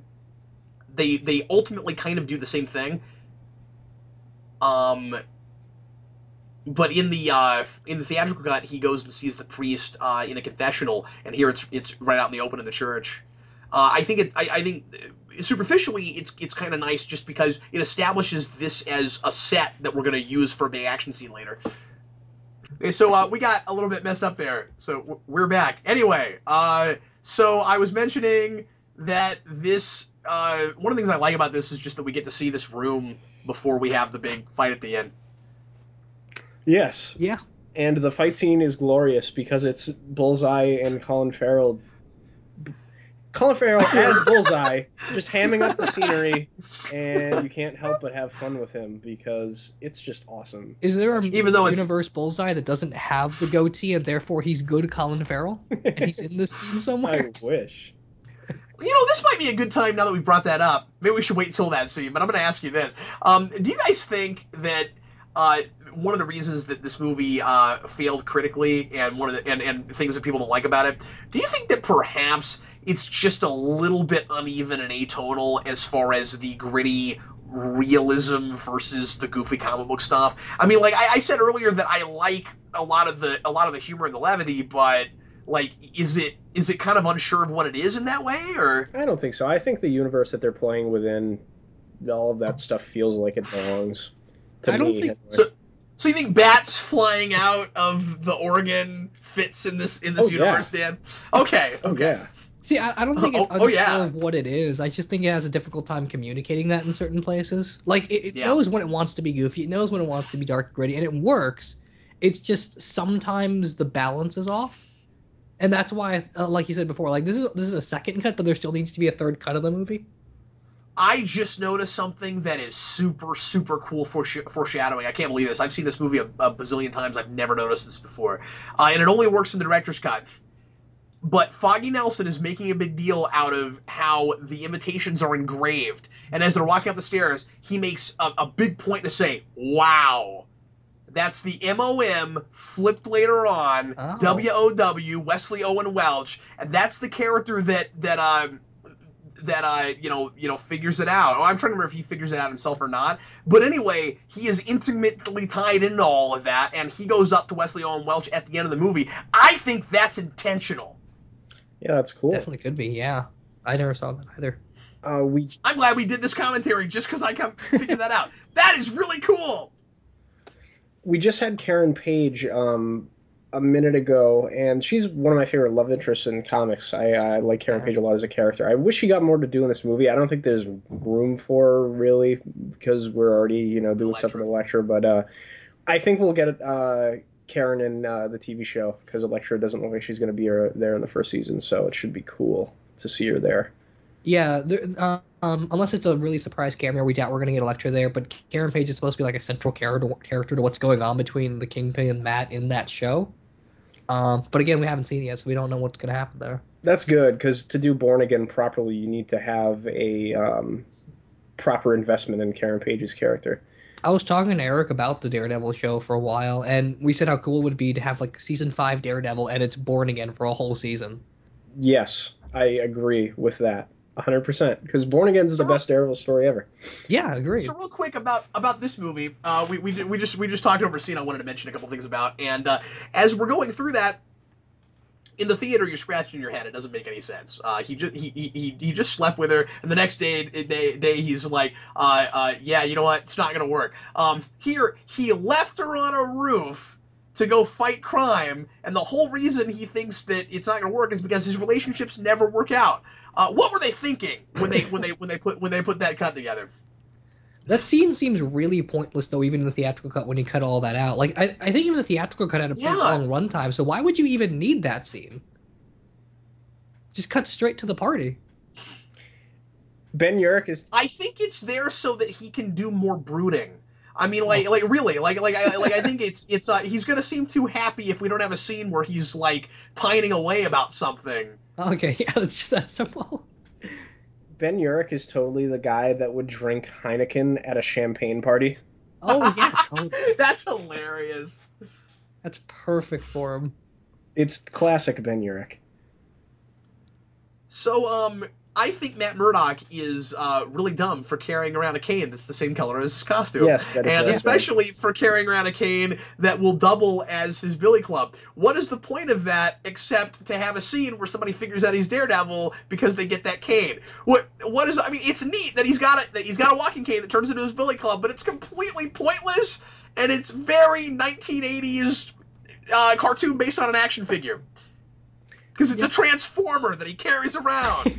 I like that line a lot that the Kingpin just had where he said, "You're the blind lawyers from Hell's Kitchen." Yeah. Yeah. Michael Clark Duncan's got fantastic delivery. He's just really good with how little he's got to say. I like that because it just kind of speaks to how the Kingpin sees people who have any sort of morality in any sort of way. Oh, you're blind. You don't see the world in the way that it actually is. Yeah. Completely dismisses it. Which is interesting. And he sees himself, of course, as a man of vision. Of course, yes. Yeah.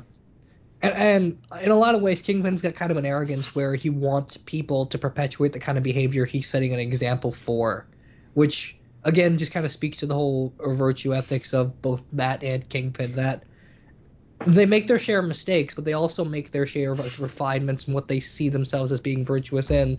And Matt, in a lot of cases, makes more mistakes than the Kingpin does, but both of them have got that arrogance of they think they understand how relationships between people should be governed in a just manner, and they just diverge in what that is. Well, maybe that's the thing that ties all four of the main characters in this movie together. I mean, you have somewhat of a dual protagonist thing going on with Daredevil and Elektra, and then you have kind of two villains. But I think what kind of ties them all together in a way is that they all have that kind of like overly confident, naive thing going on in different ways. She doesn't expect to lose her father when she does.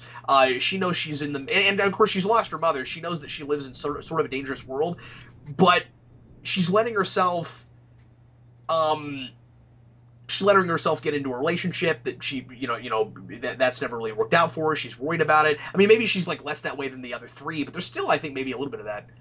Yeah. So once again, there is no point to this whole business in the theatrical version of she's got this amazing dress on, and I know that he's blind, but still, like this whole thing of like she looks absolutely amazing. You slept with her last night. It is kind of a Daredevil thing, though, that every time he has a girlfriend, it's always a ridiculously attractive woman that he can't see. Yeah, that's fun. And then of course he gets to see this one like immediately because it rained. Yeah. Because some people stood above them and poured buckets of water on them. We talked over it, but just a couple minutes ago when he's walking up to Elektra, I love that effect of Matt being kind of clouded by all the smoke of all the people around him smoking. And when you cut to the radar and it's clouded up, but then when you cut to Ben Affleck, his sort of reactionary shots are just really well acted.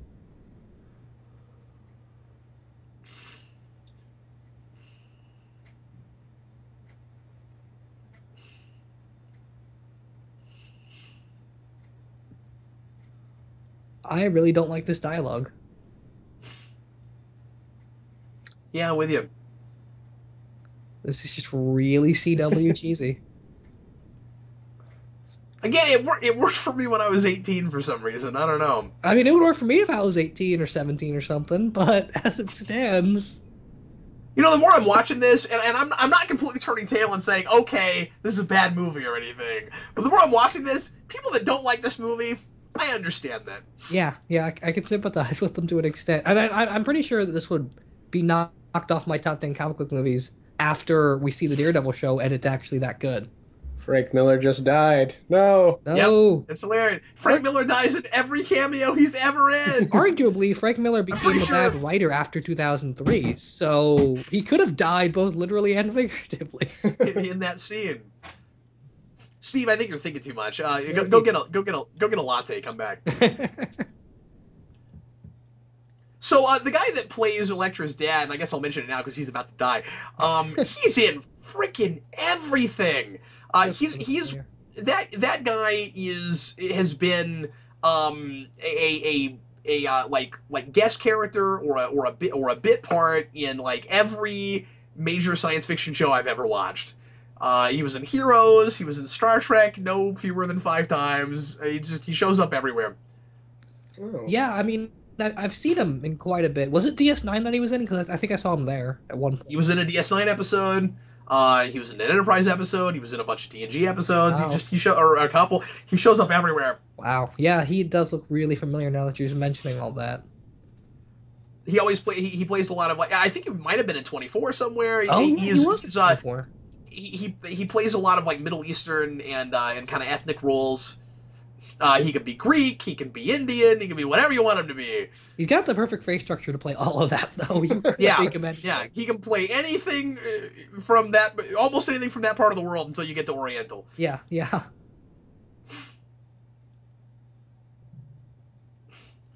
I don't know, this is all Greek to me, Steve. I wish this movie did more with the whole Elektra myth and the sort of Freudian complex they named after her. Because they do a lot with Elektra, but they don't do a lot with why Elektra is important in the comics, or why even her name being Elektra and stuff with her father is crucial to her character, even though they spend so much time with it. All they really do is kind of that eye-rolling, let's not make this, or let's not have any Greek tragedies line, and you're like, oh, okay. All right. I've always found you're gonna have an Elektra complex. We get it. I like this shot a lot of Daredevil by the Angels. It's very Batman-y, but it's also get it. He's a devil. I've always sorry. What? Dan? I've always thought it was weird that like Bullseye starts like revving up his motorcycle and like charging at them, and like it's before we see Daredevil, and the Daredevil "Come On, Come On" song starts playing. It's just very strange. It is kind of dumb. Yeah, I don't mind the song. I'm actually one of the proponents for the soundtrack. Some people don't like it. Again, it was I was at an impressionable age kind of when I watched this for the first time, and I was just getting into heavier rock at the time, and I really liked the soundtrack, and I still go back and listen to it. But I draw the line at putting this song in this movie. I think it still kind of works though. This is not my kind of music, but it's completely natural for what's going on. I'm with you, but I mean, it would have been fine to have some of the lyrics, or to just have the music without the lyrics. But to actually it's a little on the nose to have a singer in the middle of your fight scene yelling Daredevil over and over. Imagine, if you will, if Prince had written a song called if Bat Dance was in '89, like in the movie. I wish it was. Yeah, now that you say that. So, we talked over it, but the CGI kick on the motorcycle was terrible. It looks really bad. That is PS2 graphics. Kind of reminds me of that episode of The Flash where he does like a Mach 1 punch. Oh my god. All you wanted to do was complain about the Mach 1 punch. What about that episode of The Flash we just saw where they fought the two Flashes? Oh, yeah. That looked pretty bad. So this is a thing that happened in Kevin Smith's run with Karen Page. The Billy Club gets thrown by Bullseye through her chest. Oh, yeah. She is. I didn't realize that. This still bothers me even in the director's cut. It's better because it's not as truncated, so it doesn't turn as much into a just straight up you killed my father plot. But did she not see anything that just happened? I mean, like, it was kind of all out in the open. Like, did she notice nothing? I mean, like, oh man, your Billy Club is there, so you must have been the one that threw it. Like, really? Like, my name is Electra Nachos. You killed my father. Prepare to die. Prepare to die. Oh, you sound like a Mexican appetizer. But are you guys with me on that? Like, I'm not real sure why she blames him. I think, in all honesty, a lot of the stuff with Elektra and Matt falls apart after this point, and it just kind of degenerates into action stuff until we get to more of the Kingpin and the side plot. Yeah, you're absolutely right. Would you agree? Because I mean, I want to take up for it because I love Jennifer Garner. That's the thing. But would you guys agree that maybe this is it would have been a better script if you just cut her out? Yes. Yeah, probably. Just cut her out. I don't know that we need it. Just do a Daredevil Bullseye Kingpin story, and then make your sequel with Elektra thrown into the mix. Yeah, you had a lot more time to do the stuff that Frank Miller was doing in the comics that way, because clearly they're adapting it all over the place.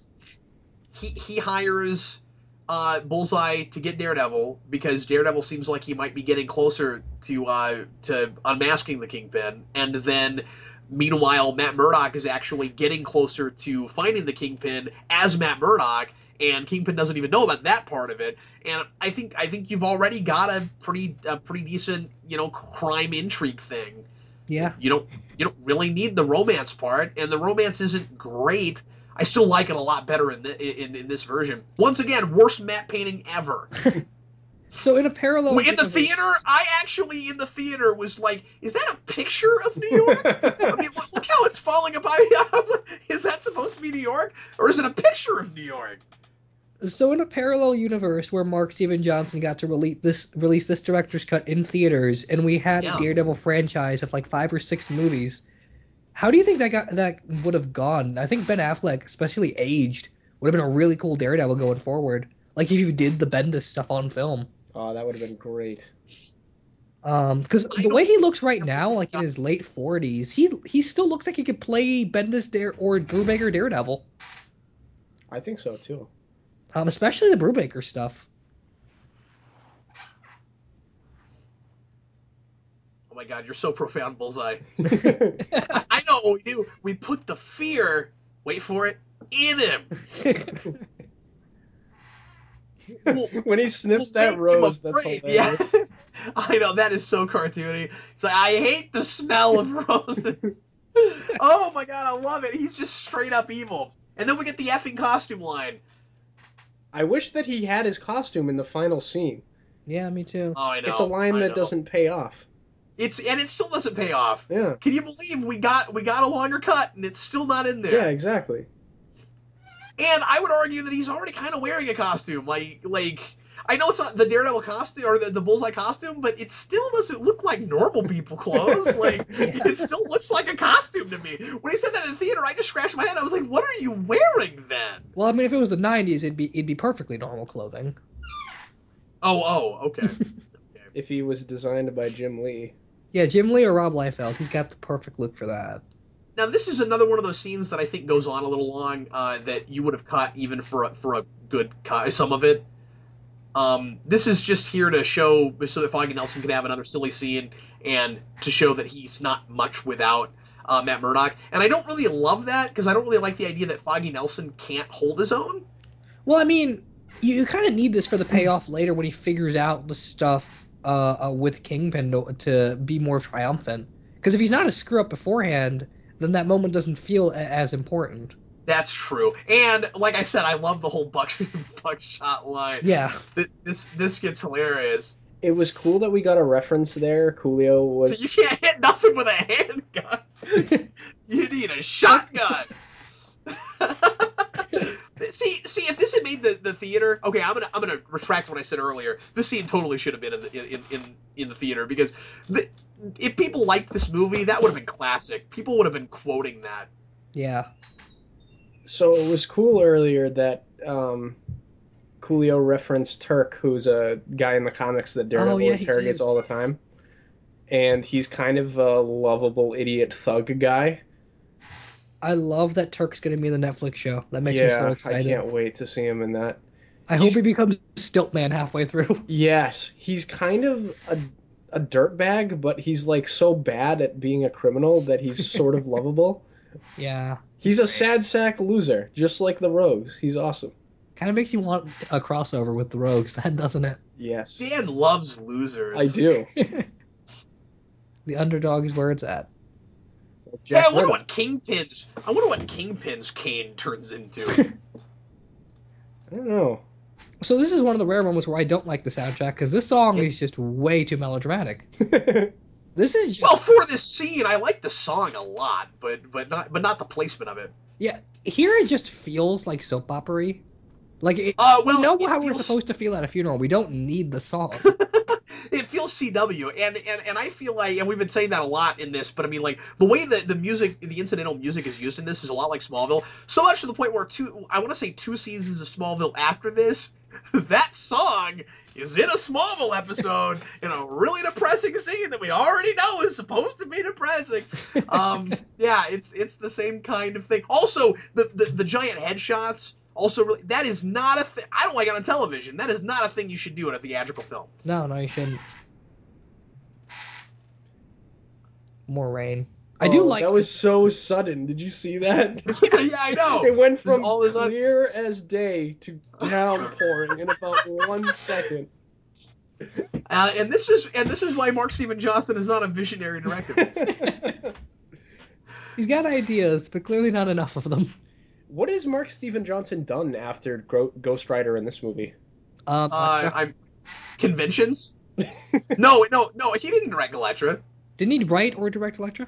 One of the two? No, I don't think he had anything to do with that movie. I could be wrong. I know he didn't direct it. Sure. I haven't seen that movie in years because it's so bad, but... Because there's no point in watching it? Yeah, it's Elektra. Why would you watch that? That movie is staring off into distance of the movie. I mean, She just looks at things. He has a written by credit in that movie. Oh, well. He should have stayed away from that. Yeah, but 3 other guys completely rewrote what he had. And again, I like a lot of the stuff that he does in this movie. I don't know. It really... I wonder if he wasn't overly ambitious Yeah, he also, probably and if maybe that was part of the problem and why so much got cut out. That maybe he needed to pick a story and not try to adapt 8 of them. And again, it's just that early 2000s, you weren't sure you were ever going to get a sequel or a superhero boom to support more stories, so you want to pack as much as possible, but that's sort of to the detriment of it. Yeah, I mean, it's sort of like in the first Spider-Man movie where you homage so many things from the comics, Yeah. like the death of Gwen Stacy in the first movie, just in case he never got another one. But the ironic thing about that one is the Green Goblin's motivation vanishes like 15 minutes after he shows up. Yeah, you don't even know why he's doing it anymore. He's like, the scene where he's like, hey, Peter Parker, join me. You're like, to do what? We've talked about this recently. Go make nachos? What? Yeah, like, what are we doing? Go fight Electro Nachios? That's fantastic. So once again, we've got more actual plot happening now. Yeah. I'm with you more and more, though, now that I'm rewatching this, that I really like this guy as Ben Urich. Yeah, I think he's pretty good. I would prefer someone that looked a little bit more like the comic book Ben Urich. Yeah, I'm with you. He's not off the page. You could certainly do better, but for what he's given, he's good. Oh yeah, I like him a lot. And it's also hard not to think about the Matrix the whole time he's talking. Oh yeah, that's true. Because he's Cypher. It's like he gets in Daredevil. He's like, oh, why didn't I take the blue pill? We should do that Matrix commentary at some point, because now I'm thinking about. Ah, yeah, let's do that. You don't crush Captain Logan's hopes and dreams when you do that commentary, Steve. No, you're gonna ruin. You know what? Also, I watched the Matrix the other day for the first time in a couple of years, and I used to watch that movie every year a couple times. One of my favorite movies. I had the worst experience with that movie I've ever had. Like, there were so many things where all of a sudden I was like, oh wow, I don't know if and the reason. I wish I'd never seen Jupiter Ascending. It killed a lot of things in the Matrix for me. Anyway, we'll talk about it down the road. Anyway, never read the either. This cracks me up. This is one of the things that I think really cements Ben Affleck as just being a lot of fun in this role. Oh yeah, this is great. Isn't there a scene in Mark Waid's Daredevil where he does drive, but he uses his cane and just kind of stands in front of the car? That's hilarious. I feel like that happened in the comic, but I don't remember where. Oh, this is parallel parking. That's great. See, yeah, I'm with you guys. I wish he was more proud of this role because he's clearly having fun here. Yeah, Daredevil's a character that he has a passion for. He's a big fan of Batman and Daredevil. Yeah. And this is another comic book thing in the with a Frank Miller story where he can't tell a guy's lying because he has a pacemaker. Mm-hmm. Oh, that goes on for a little while. Like he's lying, then he's not lying. He's got a pacemaker, then he's still lying, and it's kind of a longer story, but it's still fun. Yeah, the twist is a little bit more gratifying in that run because it's kind of an ongoing story thread. And if I'm not wrong, that's also where the Punisher shows up in his run, isn't it? I think so. Yeah.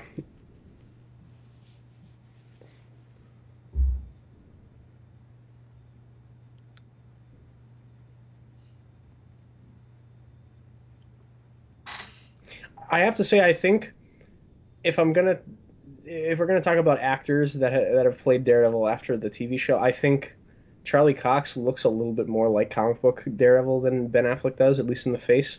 I agree. Yeah. The red hair thing suits him more naturally than it ever did Affleck. Yeah, I agree. I really like Charlie Cox, the trailers we gotten for, and I'm sure when the show hits, we'll have different opinions. But I feel like no matter how good he is, you could still potentially do a little bit better. Yeah, for sure. It's not like Christopher Reeve and Superman for me, where that's just iconic and you will never get better than that. Mm-hmm. Oh, that's right. I forgot. It's actually Karen that figures this whole thing out. They do the whole someone with a fresh perspective thing. Although, I'll say this now that we're watching this again, I can't help but think that this mystery plot, where how they finally get to the Kingpin is a little TV. Yeah, you're right. It's a little procedural. Then I start talking about it with you guys, and it has a lot lot of problems. Well, I mean, a lot of the things that you guys have been talking about that you really like is stuff that you're just projecting from the comics, right? Like a lot of the psychology and the motivation and all that stuff is in the comics, and it's like, okay, it's nice that some of it is kind of here, but I think a lot of the things that we've been discussing we might not be bringing up if we didn't have background, as much. I think the stuff at the beginning with his origin is all there that we were discussing. It is. Yeah, that's all there. It's a much better movie in that first third than it is anywhere else. Oh, Kevin Smith, I can't believe you were ever this young. He's really good at this. He's a lot of fun. How pumped must Kevin Smith have been to have his run influence the Daredevil movie and have one of his really good friends, who's an actor that he broke into the industry with, star in the movie? And then get a scene in that movie where he gets to play with Daredevil's Billy Club. That must have been awesome. Right? It's like getting to... It's like... someone like Grant Morrison or Paul Dini getting to be in a Batman movie with a Batarang in their hands. Yeah. Like, that's just he's awesome.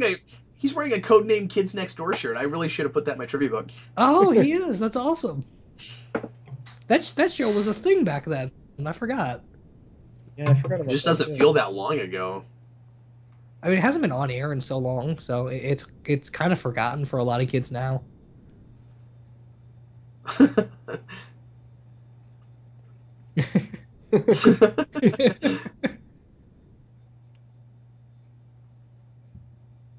And this Ben Urich figuring out Ben Affleck's Daredevil is a little easy. Yeah, and that's what I'm saying. And a lot of that's just because he shouldn't carry that around. It's so weird. So this scene, of course, is extended. In the theatrical cut, once they flip that out, it just cuts. I think that's actually kind of a cool cut. But for them to be startled by the phone is kind of fun. Except that it's kind of convenient. Yeah, that's where that happens. But whatever. And then this is one of those things that only works out of context, right? Like if this is a music video, it's awesome. Yeah. But otherwise, because once again, I don't care what anybody says. I like Evanescence a lot. This movie kind of made them famous. I like that happened for them. They're not great writers. They didn't put out a good album again finally until 2011, which is actually a really good album. Entitled Just Evanescence. It's almost as good as Fallen. I really like it. Open Door, not so much, but this is one of those let's be angsty and broody and make the kids want to go out in the rain and kind of things. Like I said, it really got me in the theater when I was a kid, but now I'm watching this again, and I mean, I still like it nostalgically, but I'm watching this again and thinking, first of all, you're gonna have to clean all that crap up, and I guess that's what butlers are for, and secondly, I'm like, wow, I got older, didn't I? Well, I remember, like, in the early 2000s, this song was all over the place, even outside of this movie. Like, this and 3 Days of Grace's early songs were all over the place early 2000s. But they're again, all the same kind of broody atmosphere. But if it hadn't been for this movie, that wouldn't have happened. Yeah, that's true. That's what put them on the map. Because apparently Bullseye is now Batman, because he does that. That's true. Colin Farrell Batman, now that's an idea. Oh, sure. So It's kind of funny that Elektra's entire assassin training in this movie is her just stabbing sandbags. Like in the comics, she's a highly trained, like, professional mercenary that kills people for money. Here, she just stabs sandbags. Well, to be fair, in the comics, it is kind of easy too. Where her dad dies, she's in college, she leaves, comes back a couple years, and she's awesome. Yeah. It's like the reality of give someone 6 months and they're works perfect. With Sarah Lance, working with Laurel especially. Laurel doesn't even have to train, but yeah. To be fair though, Dan, part of the point of this stupid park scene that we don't like is to show that she already has some martial arts skills. So I think she's just practicing. I don't think it's that she's training, having never done it before. I suppose. She's not an assassin or anything. I don't know what she's been training for, except we do get that thing in the Elektra movie where, like, her dad, even though her dad has a totally different accent, it looks like a totally different person. That's awesome. he's not even Greek anymore. He's just some random American guy. Hey, Elektra, how you doing? But because of the kind of business that they're in, trains her from a very young age. To be able to defend herself and puts her through all these like drills and stuff. So, okay. I mean, like, that training comes from somewhere. Just, we don't get it until after this movie, and it's not worth having to sit through that to get it. But is the hand in that? There, but I'm sorry, what? Is the hand in that movie? Yeah, the hand brings her back to life in that movie. Stick is a big thing in that movie too. But they work totally differently. They're not nearly as interesting. Steve, to something you said a minute ago, this is neither here nor there, but you mentioned Colin Farrell as Batman. If I were going to cast Colin Farrell as anything as Batman, I think he'd make a decent Hush. I can see that. I think he could make a good Hush, and I think he could also make a pretty good Victor Zsasz. Yeah, no, that's perfect. I mean, he's that's too bulky, but he could totally play that mentality really well. Well, I mean, Hugh Jackman's too tall. It's cool. Yeah.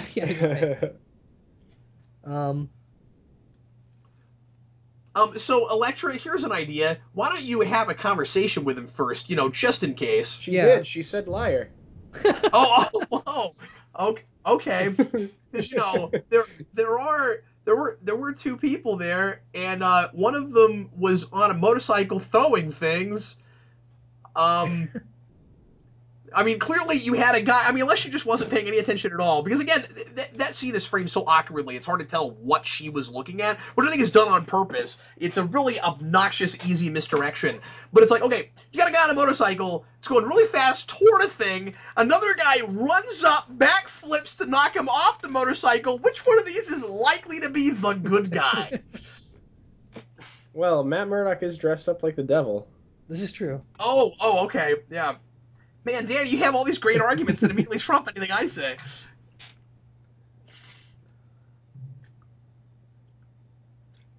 It's funny that, she didn't know that was Matt Murdock under that mask, because Ben Affleck kind of has an unmistakable jaw. That's true. He's got the superhero jaw. It's your basic comic book logic, Dan. You just gotta go. You gotta go with it. It's better than. Once again, Steve, a lot of people not knowing about Oliver Queen and Arrow. Yeah, that's in Arrow, it's much worse. Oh, it's hilariously bad at Arrow. Wait till you get to that season 3 episode we just reviewed a few weeks ago. I'm not going to get that far. I've already decided. Oh no, you have to feel our pain. We're going to force you. Oh, no. Yeah, we will. We'll do Arrow commentaries every night. We will, and we're gonna make you do it. We're gonna pay you to be there, Dan. Yeah. Oh wow. I love that he catches the sigh. That is awesome. I'm going to pay you in waffles, but... And in the morning, I'm making waffles. Making gravy without the lumps. I'm sure they think that the sigh through her hand is a really disturbing image, but 2015, that just doesn't hold up because we're so desensitized to that kind of stuff.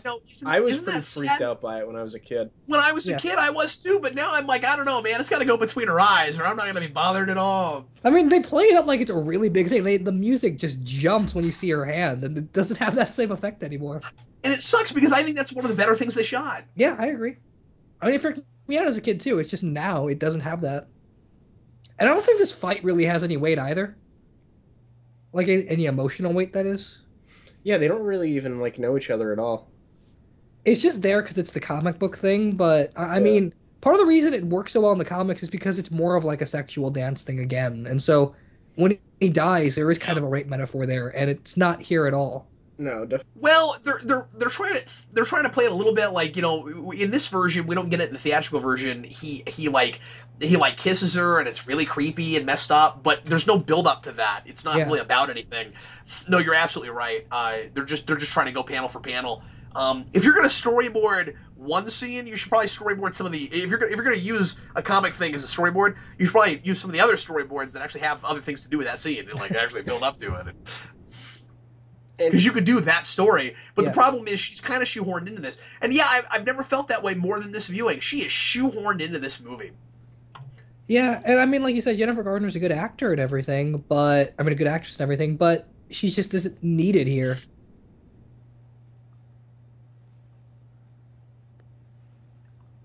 I guess it's because superhero movies have to have a love story. Yeah. And also, we want to try to make things a little bit more tragic for Matt Murdock. So even though this has no emotional weight, this is still intensely creepy and makes you flash back to the comics if you've read them. Yeah, that's the big one. Now, I'm going to say this, though, from the perspective of somebody that had not read much Daredevil when I saw this. Of course, I've read that issue now. I've read a lot of Miller now. But I do think that for folks that are not familiar with that material, it's maybe a little bit more. I don't know if compelling is the right word, but I mean just to see that scene even out of context for the first time. Yeah, that's true. There's some. Where were the police like 5 minutes ago? Really? I know. How did you know about always it now? have that. Why do they just now show up? It's like, oh man, we heard someone getting murdered.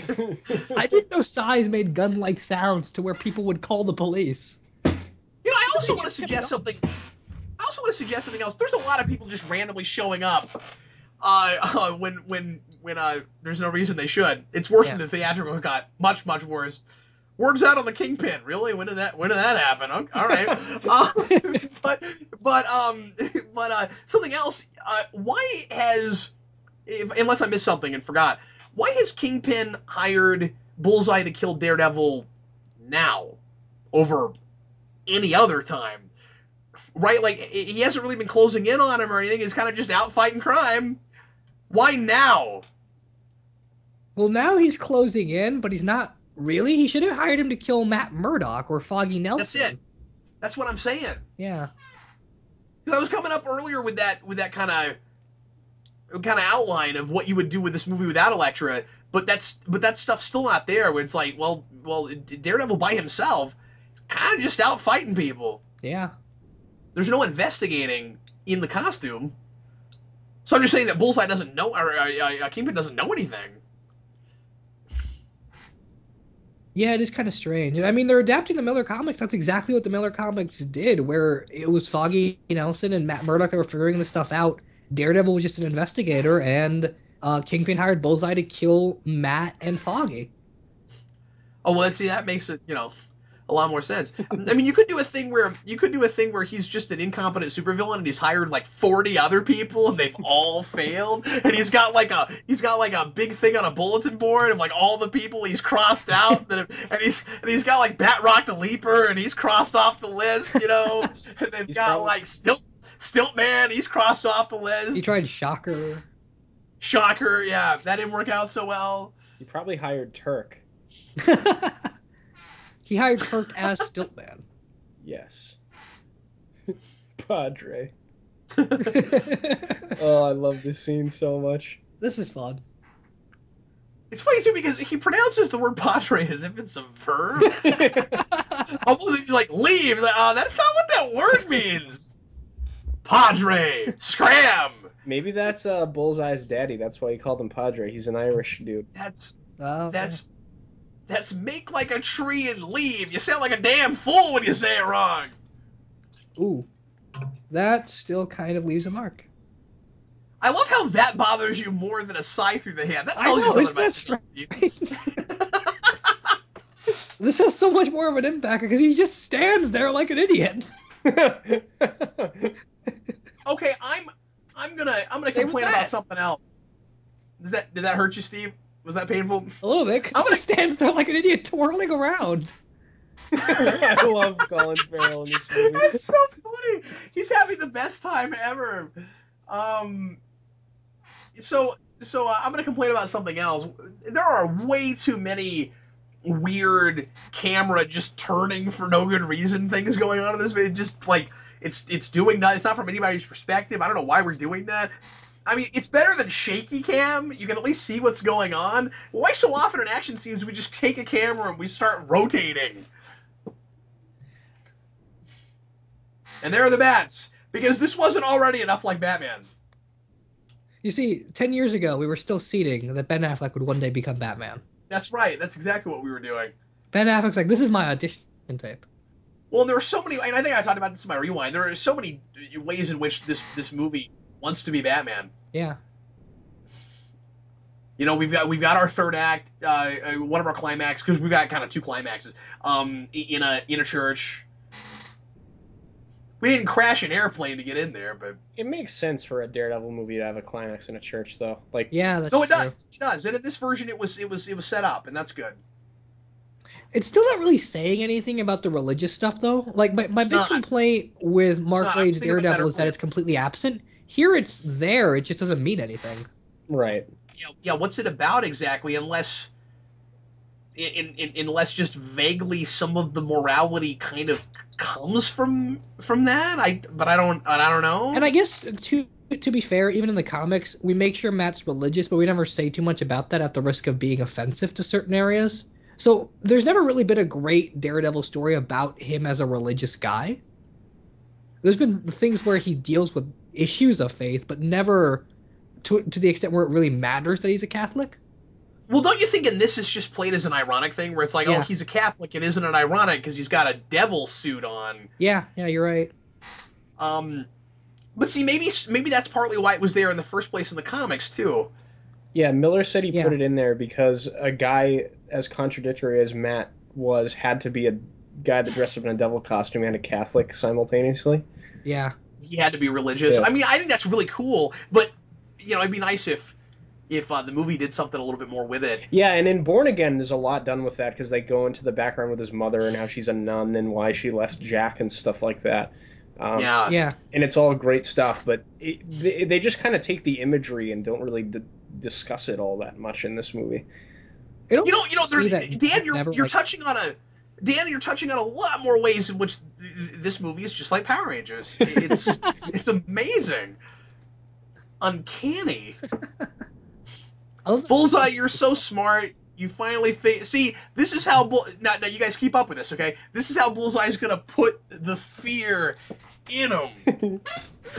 That's how he's gonna do that. Now, we haven't talked hardly at all, and since we've been exploring all of the psychological stuff with Daredevil, we haven't talked at all about what the whole man with no fear thing means. Where does that come from? Where does Matt's lack of fear come from? Well, in this movie, it's not really organically anywhere. I mean, unless we talk about the stuff as a child, where the fact that he got that radar sense made him just jumpy and crazy because it's so much information.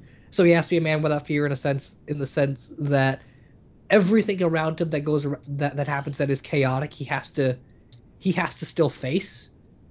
Well, I think part of it, though, might be... I think there's a little bit more than that, Steve. I think part of it might be he's not afraid to die because of the example his father set. Maybe. That's probably there.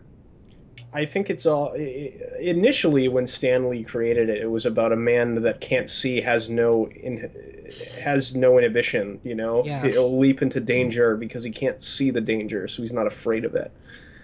But the problem is he can see enough in this that it's a little hard to take that all the way, right? Exactly. And I mean, we extrapolate and make it more interesting in stuff like Born Again or Man Without Fear, where we actually talk about the fact that Daredevil not being afraid is more of just a chosen disposition and sort of a unnecessary consequence to everything that he has to do, because at any given moment he could die, and if he lives like that, then the example his father set, namely the stuff he wants to do in the city, doesn't matter because everyone else is afraid.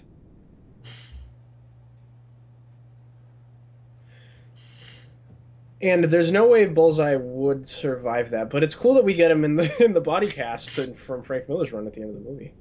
And I'm also glad that... doesn't it? Yeah, it does, doesn't it? And I'm also really glad... Good call! And I'm also glad that in this version it's actually part of the movie and it's not a mid-credit scene, because it doesn't work as a mid-credit scene. Was it a mid? Well, I guess it kind of does. It's sort of fun. But was that... It's a mid-credit scene in the theatrical cut? In the theatrical cut, it's a mid-credit scene, yeah. If you don't save through the credits, you don't even see it. In this, it's almost like the movie's making a big deal out of how subversive it's being as a superhero film by keeping both villains alive at the end. It's like, hey, look, they're both alive, and they make a montage out of it.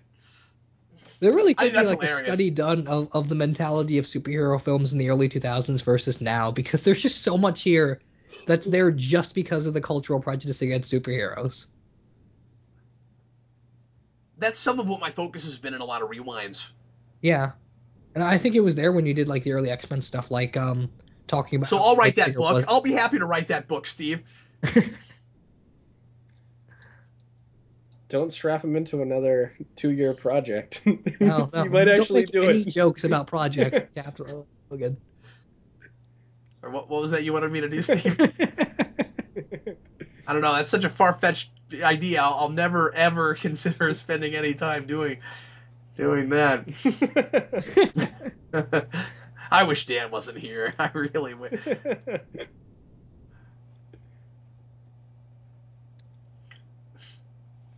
It turned into 50 hours of material, Dan. It did. All of this stuff really kind of drags until he gets to the Kingpin. Yeah. Like, I You know, get you're it's wrapping up absolutely stuff, right. but it's shot so slowly. I think some of the reason I liked it so much on my first couple of viewings, of course, is just you know, and I talk about this a lot. Everything is relative, right? Like, it's all about perspective. You compare this to what you had before, and now stuff starts making sense. So it seems maybe a lot more effective than it would have felt if it was the first time you saw it. And I gotta tell you guys, I'm a little depressed. This is the worst viewing of this movie I've ever had. Yeah, agreed. It's like The Matrix. I blame Steve. I mean, this used to be in the league of Iron Man 1 for me. Now it's more of like Punisher 2004 quality, where it's only like a 3.5-ish. Out of what? 5. Oh, okay. Oh, Yeah, you sorry. and your I just assumed wacky 5 in my head. You and your wacky 5-point scale. But I don't think this movie deserves the rap that it has at the same time. No. Oh no, definitely not. No, and I also think that visually and atmospherically and stuff, there's a lot of new here. Yeah. Like At the, I mean, at it's the an time. entertaining movie. It's unique for the time it came out, and it still just has problems, though. yeah, like I think it was in the wake of the new Daredevil show coming out soon. Honest Trailers did a video about this movie, and they called it the Catwoman for boys. No, And I was like, no, it's they're not going that too far. bad. They're going too far. That's their job, though. Their job is Yeah. to go too far. Yeah, I suppose so. But like, I feel like a lot of people look at the film in that way. You know, they think Well, it's that importantly, bad. we're talking about the theatrical cut in that thing, I think. But even You know what? so, It's the theatrical cut still isn't even Catwoman bad. I mean, it's somewhat nonsensical, but I'll even take that movie not quite making sense over the villain in that film and why is that cat in CG? That's true. That's true. Speaking of, we should do I've never done a commentary on that movie. That should probably happen. God. We'll I'll see see who if you I want to can- rope in for that. I'll see who I can. I think I might actually have to give Dan a lot of waffles. that is a mega waffle deal, is what that is. So Kingpin met Matt once, just passingly at a party. Foggy's the one who really uncovered his operation. The fact that Matt is Daredevil really doesn't mean anything. It's a really good point. I mean, it means something for Matt because of what Kingpin's operation did to his father, but it means nothing for Kingpin at all. Except that he's just vaguely been messing with his business, I guess. But Yeah, but like he you makes know. a big deal of the fact like the blind lawyer from Hell's Kitchen. Like it's not that big of a deal though, for him at least. Well, I think I don't know. I think more of that's just about wow. I can't believe that person is Daredevil. Okay, maybe so. I think you're looking too far into it. Maybe. I think Honest Trailer's job is to go too far, make too big of a deal out of how bad things are, and Steve's job is to look way too far into things. You know, This is a good fight. I want to see Steve's trailers, Steve's trailers. We should try that. See how that goes. just like the most analytical trailers. Like, why are you reviewing the film in your trailer? the weird thing about Daredevil's powers in this movie is that water is extremely advantageous to him. Yeah. Yeah. Like, in the comics, it's not like that. Like, he doesn't need to be Aquaman to see. If you played up the religion thing more, though, you could have a baptism motif. Yeah, like with holy water. Yeah. Although I think in the And he comics, does have- there's even distracting for him at times. They play it as a redemption thing to a degree where, you know, finally at the end of this, he's not going to kill Kingpin and he's going to say, I'm not the bad guy. Right. Although I always think that that's kind of, and so, you know, we can have the baptism thing there where, you know, he's born again. But, born again. But, it seems to me sometimes with some of these superhero movies, that it's really odd when you get to the end and they finally decide not to kill, and the one person they don't kill is the person that it would be really really helpful for the world if they killed. It's like, oh man, it was very convenient that you finally got to this moral high ground place right then. You couldn't have waited until 5 minutes later. And arguably, I don't think any of that Kill that guy. naturally works. Like, is it really a movie about justice in any sense, or as much as it's just a movie about exploring Matt Murdock's life?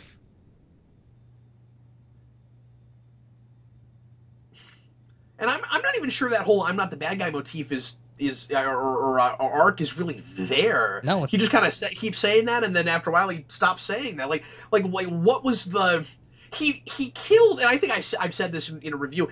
He killed Bullseye not 10 minutes ago. Like what was the opportunity for change? At what moment has he gotten to this place of "I'm not the bad guy"? And and I mean, just as importantly though, like, what's the difference between killing Kingpin and killing the guy that got away from being prosecuted at the beginning of the film? Like, what's their difference? Is he going to kill Kingpin if he doesn't get a fair trial? Yeah, that's a really good point too, because he's like, "I'll get out." Yeah, and then he'll be like, "Hey, Kingpin, that's the C train." And I mean, by that logic, he should have just arrested Bullseye and waited to see if he got convicted, and if not, he can kill him too.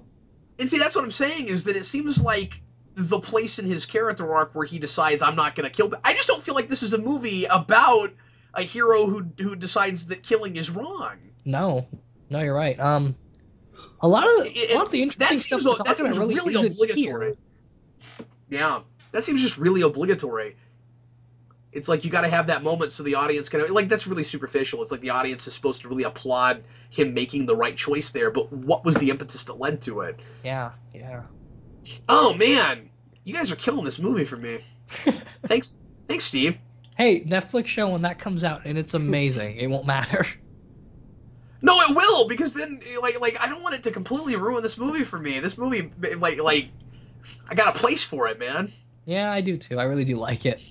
See, and the Coolio guy's got like I think that's even a full Windsor knot. What's with that? Why would you have one of all people? God. Yeah, that's even a sleeve shirt. There's no reason to have that. He had someone else tie it for him, and that's the only knot they knew. That's kind of weird that the only knot you would know is a full Windsor. I love how you just went with that. I'm like, I'm just making things up.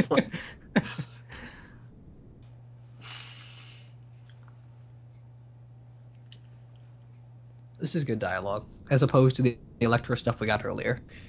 So I think it's very likely that the status quo we're left with at the end of this movie, the Kingpin knows Daredevil's identity, goes to jail. Beginning of the second movie, Kingpin gets out of jail, and they do the Born Again story because he knows Matt's identity and tries to destroy his life. Yeah. I think that's very likely what the sequel would have been. And you'd have to do it without Karen Page, though, because we didn't really set up her character very much. Yeah, exactly.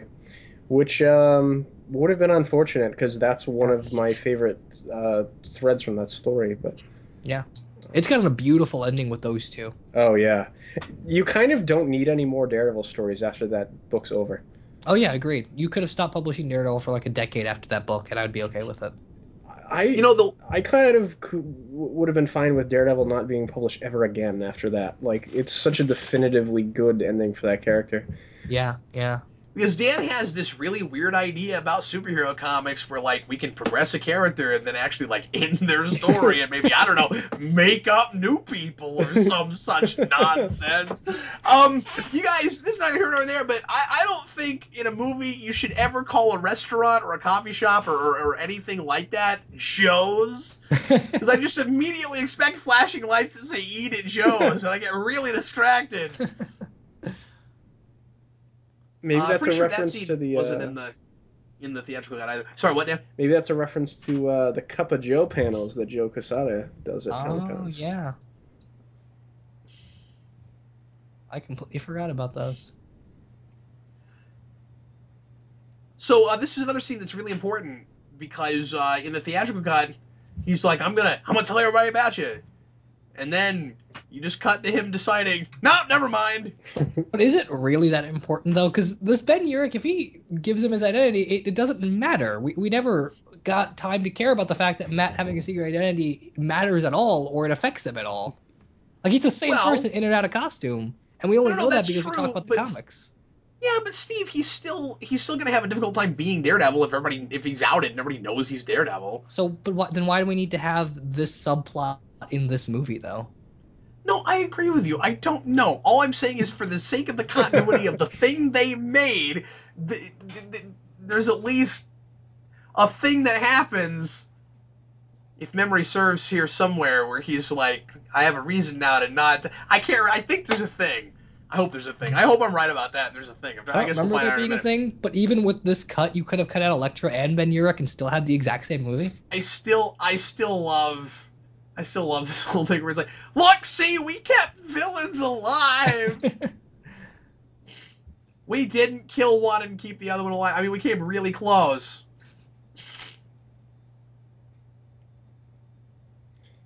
This is a really cool scene, though. Yeah, it is. But yeah, like I said earlier, in the theatrical cut, this is in the mid-credits. And there's no voiceover over it. I saw the theatrical cut once, so I have no idea what's in it and what isn't at this point. Well, that's why I was telling you, because I didn't figure you guys would know. So I was using that as like a, see, evil always survive, and I love that we have a voiceover over that where we just straight up call Bullseye evil, because after all, anybody that smells a rose can't handle it. And kills old ladies. That is 80s cartoon character evil. Like, that is Dr. Claw evil right there.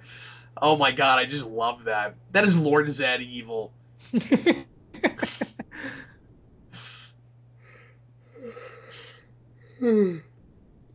this is the first time I've ever seen a subtitle that said "Tinkling Continues." There was a subtitle on a Netflix show I was watching once where it said "Interesting music playing." So that music is so interesting. When he puts his hand over that and says Braille, I love how I'm just an idiot and I can't tell that's Braille. What would have been really a lot more useful for me, the viewer, is what it says in Braille. Yeah, this is true. Why not tell me that? Okay, now that I'm looking at this again, I'm actually not sure that he has a whole thing where he's like, here's why I changed my mind. Although I think that dialogue exchange was enough for me the last time I watched this, but we talked over it and I wasn't paying a lot of it. By the way, you can't press the delete button one time and then it just suddenly starts going backwards. That always bothers me. He just hits it and then it just starts going. And you're like, I mean, I guess he's supposed to be holding his bit, but that's not what they showed, and it's weird. Is all I'm saying. You could have just X'd out the document and not saved it. Yeah, really. But anyway. Yeah, that's right. That's right, Dan. He could have done that.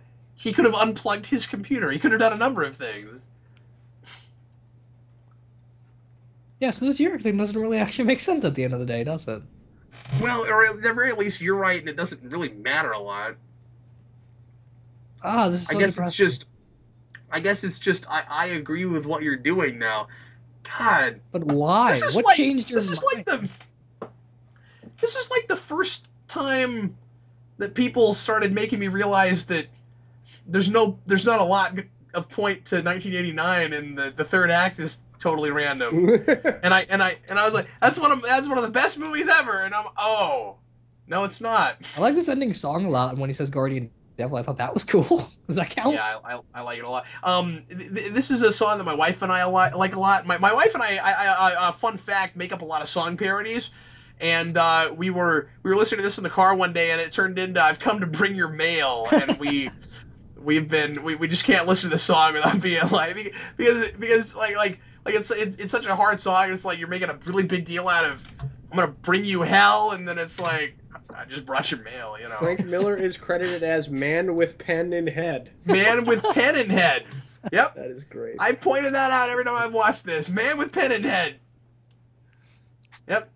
Look at all these people it took to make this movie that I used to like a lot more than I do right now. Yeah, good times. I still like it. I mean, I do too. I've got nostalgia for it, but Steve, stop being so serious, man. I try it. It's Daredevil, man. Oh. Jeez, what do you think, Dan? Did this viewing hurt it at all for you, or had you thought of all this before and decided you were done thinking about it? No, I mean, like, I knew that the movie had problems. I still will allow myself to enjoy it, though. Yeah. Oh yeah, me too. Um, Me too. I do think though that we expect a little bit more out of our superhero stories now than we did at the time. Yeah, that's true. I mean, having this rewatch be in like 2008, say, would still make it a lot more enjoyable than it is right now. Because right now we got stuff like Days of Future Past and Guardians of the Galaxy and Winter Soldier. Yeah. Especially Winter Soldier. Yeah, I love that movie. It's so good. Wow, what would those movies be like if they were Daredevil, Days of Future Past, Days of Future Soldier. Daredevil, Winter Soldier? That would be interesting. Yeah, what would a Daredevil Winter Soldier crossover be like, Steve? Have these characters ever met? I'd imagine it would be something along the lines of Bucky asking Matt for moral guidance after dealing with the fact that he killed so many people. Which would be really cool too, because he'd be like, okay, so you've killed and dated assassins. And they both dated Black Widow, so they've got something in common. And I used to be one, and we both have the same ex-girlfriend. There you go. So we should get coffee at Joe's. You know, you can make them best friends, just like Daredevil. He's like, Man. Hey, Winter Soldier, did you know that there are no alligators in the sewers? I didn't know that, Daredevil. Sorry, what, Dan? I was going to say, it'd be really awesome if the guy who plays Kingpin in the Daredevil show shows up in the Spider-Man movie. Yeah, I know. He's talked about how he wants to do that. Has he? Yeah, That's he even cool. talked about how he thinks he should be in stuff like Captain America Civil War, where the big players in the Marvel Universe, when landscapes are shaky, Kingpin should be part of that. That's cool. Yes. Yeah. I want to see that. I agree with that. He's really well, the thing is, role. most of these characters still operate in New York. Yeah. And if he's running it, then he should probably be, if he's crime-wise running it. I guess we'll see what the status quo for Kingpin is at the end of that show when it comes out, but I'm assuming he's going to be pretty massive. Yeah. Well, at least physically. He will be massive.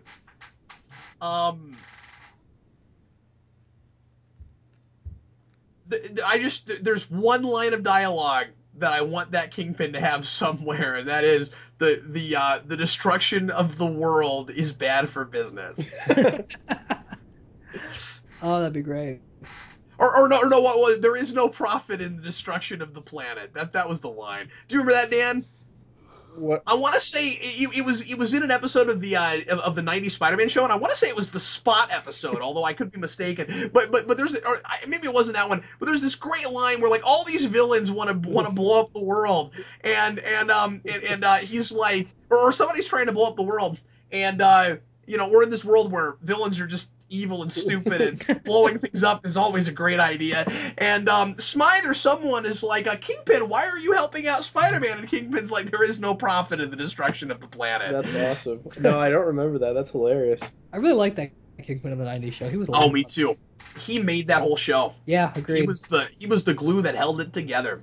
That's why I wish we got a Daredevil '90s animated series, because that Kingpin and Spider-Man with a Daredevil in the background would have been awesome. Oh. Yeah, awesome. And when Daredevil showed up in that two-parter, he was great. Oh yeah, I love that two-parter. That was the one I watched the- all the time as a kid.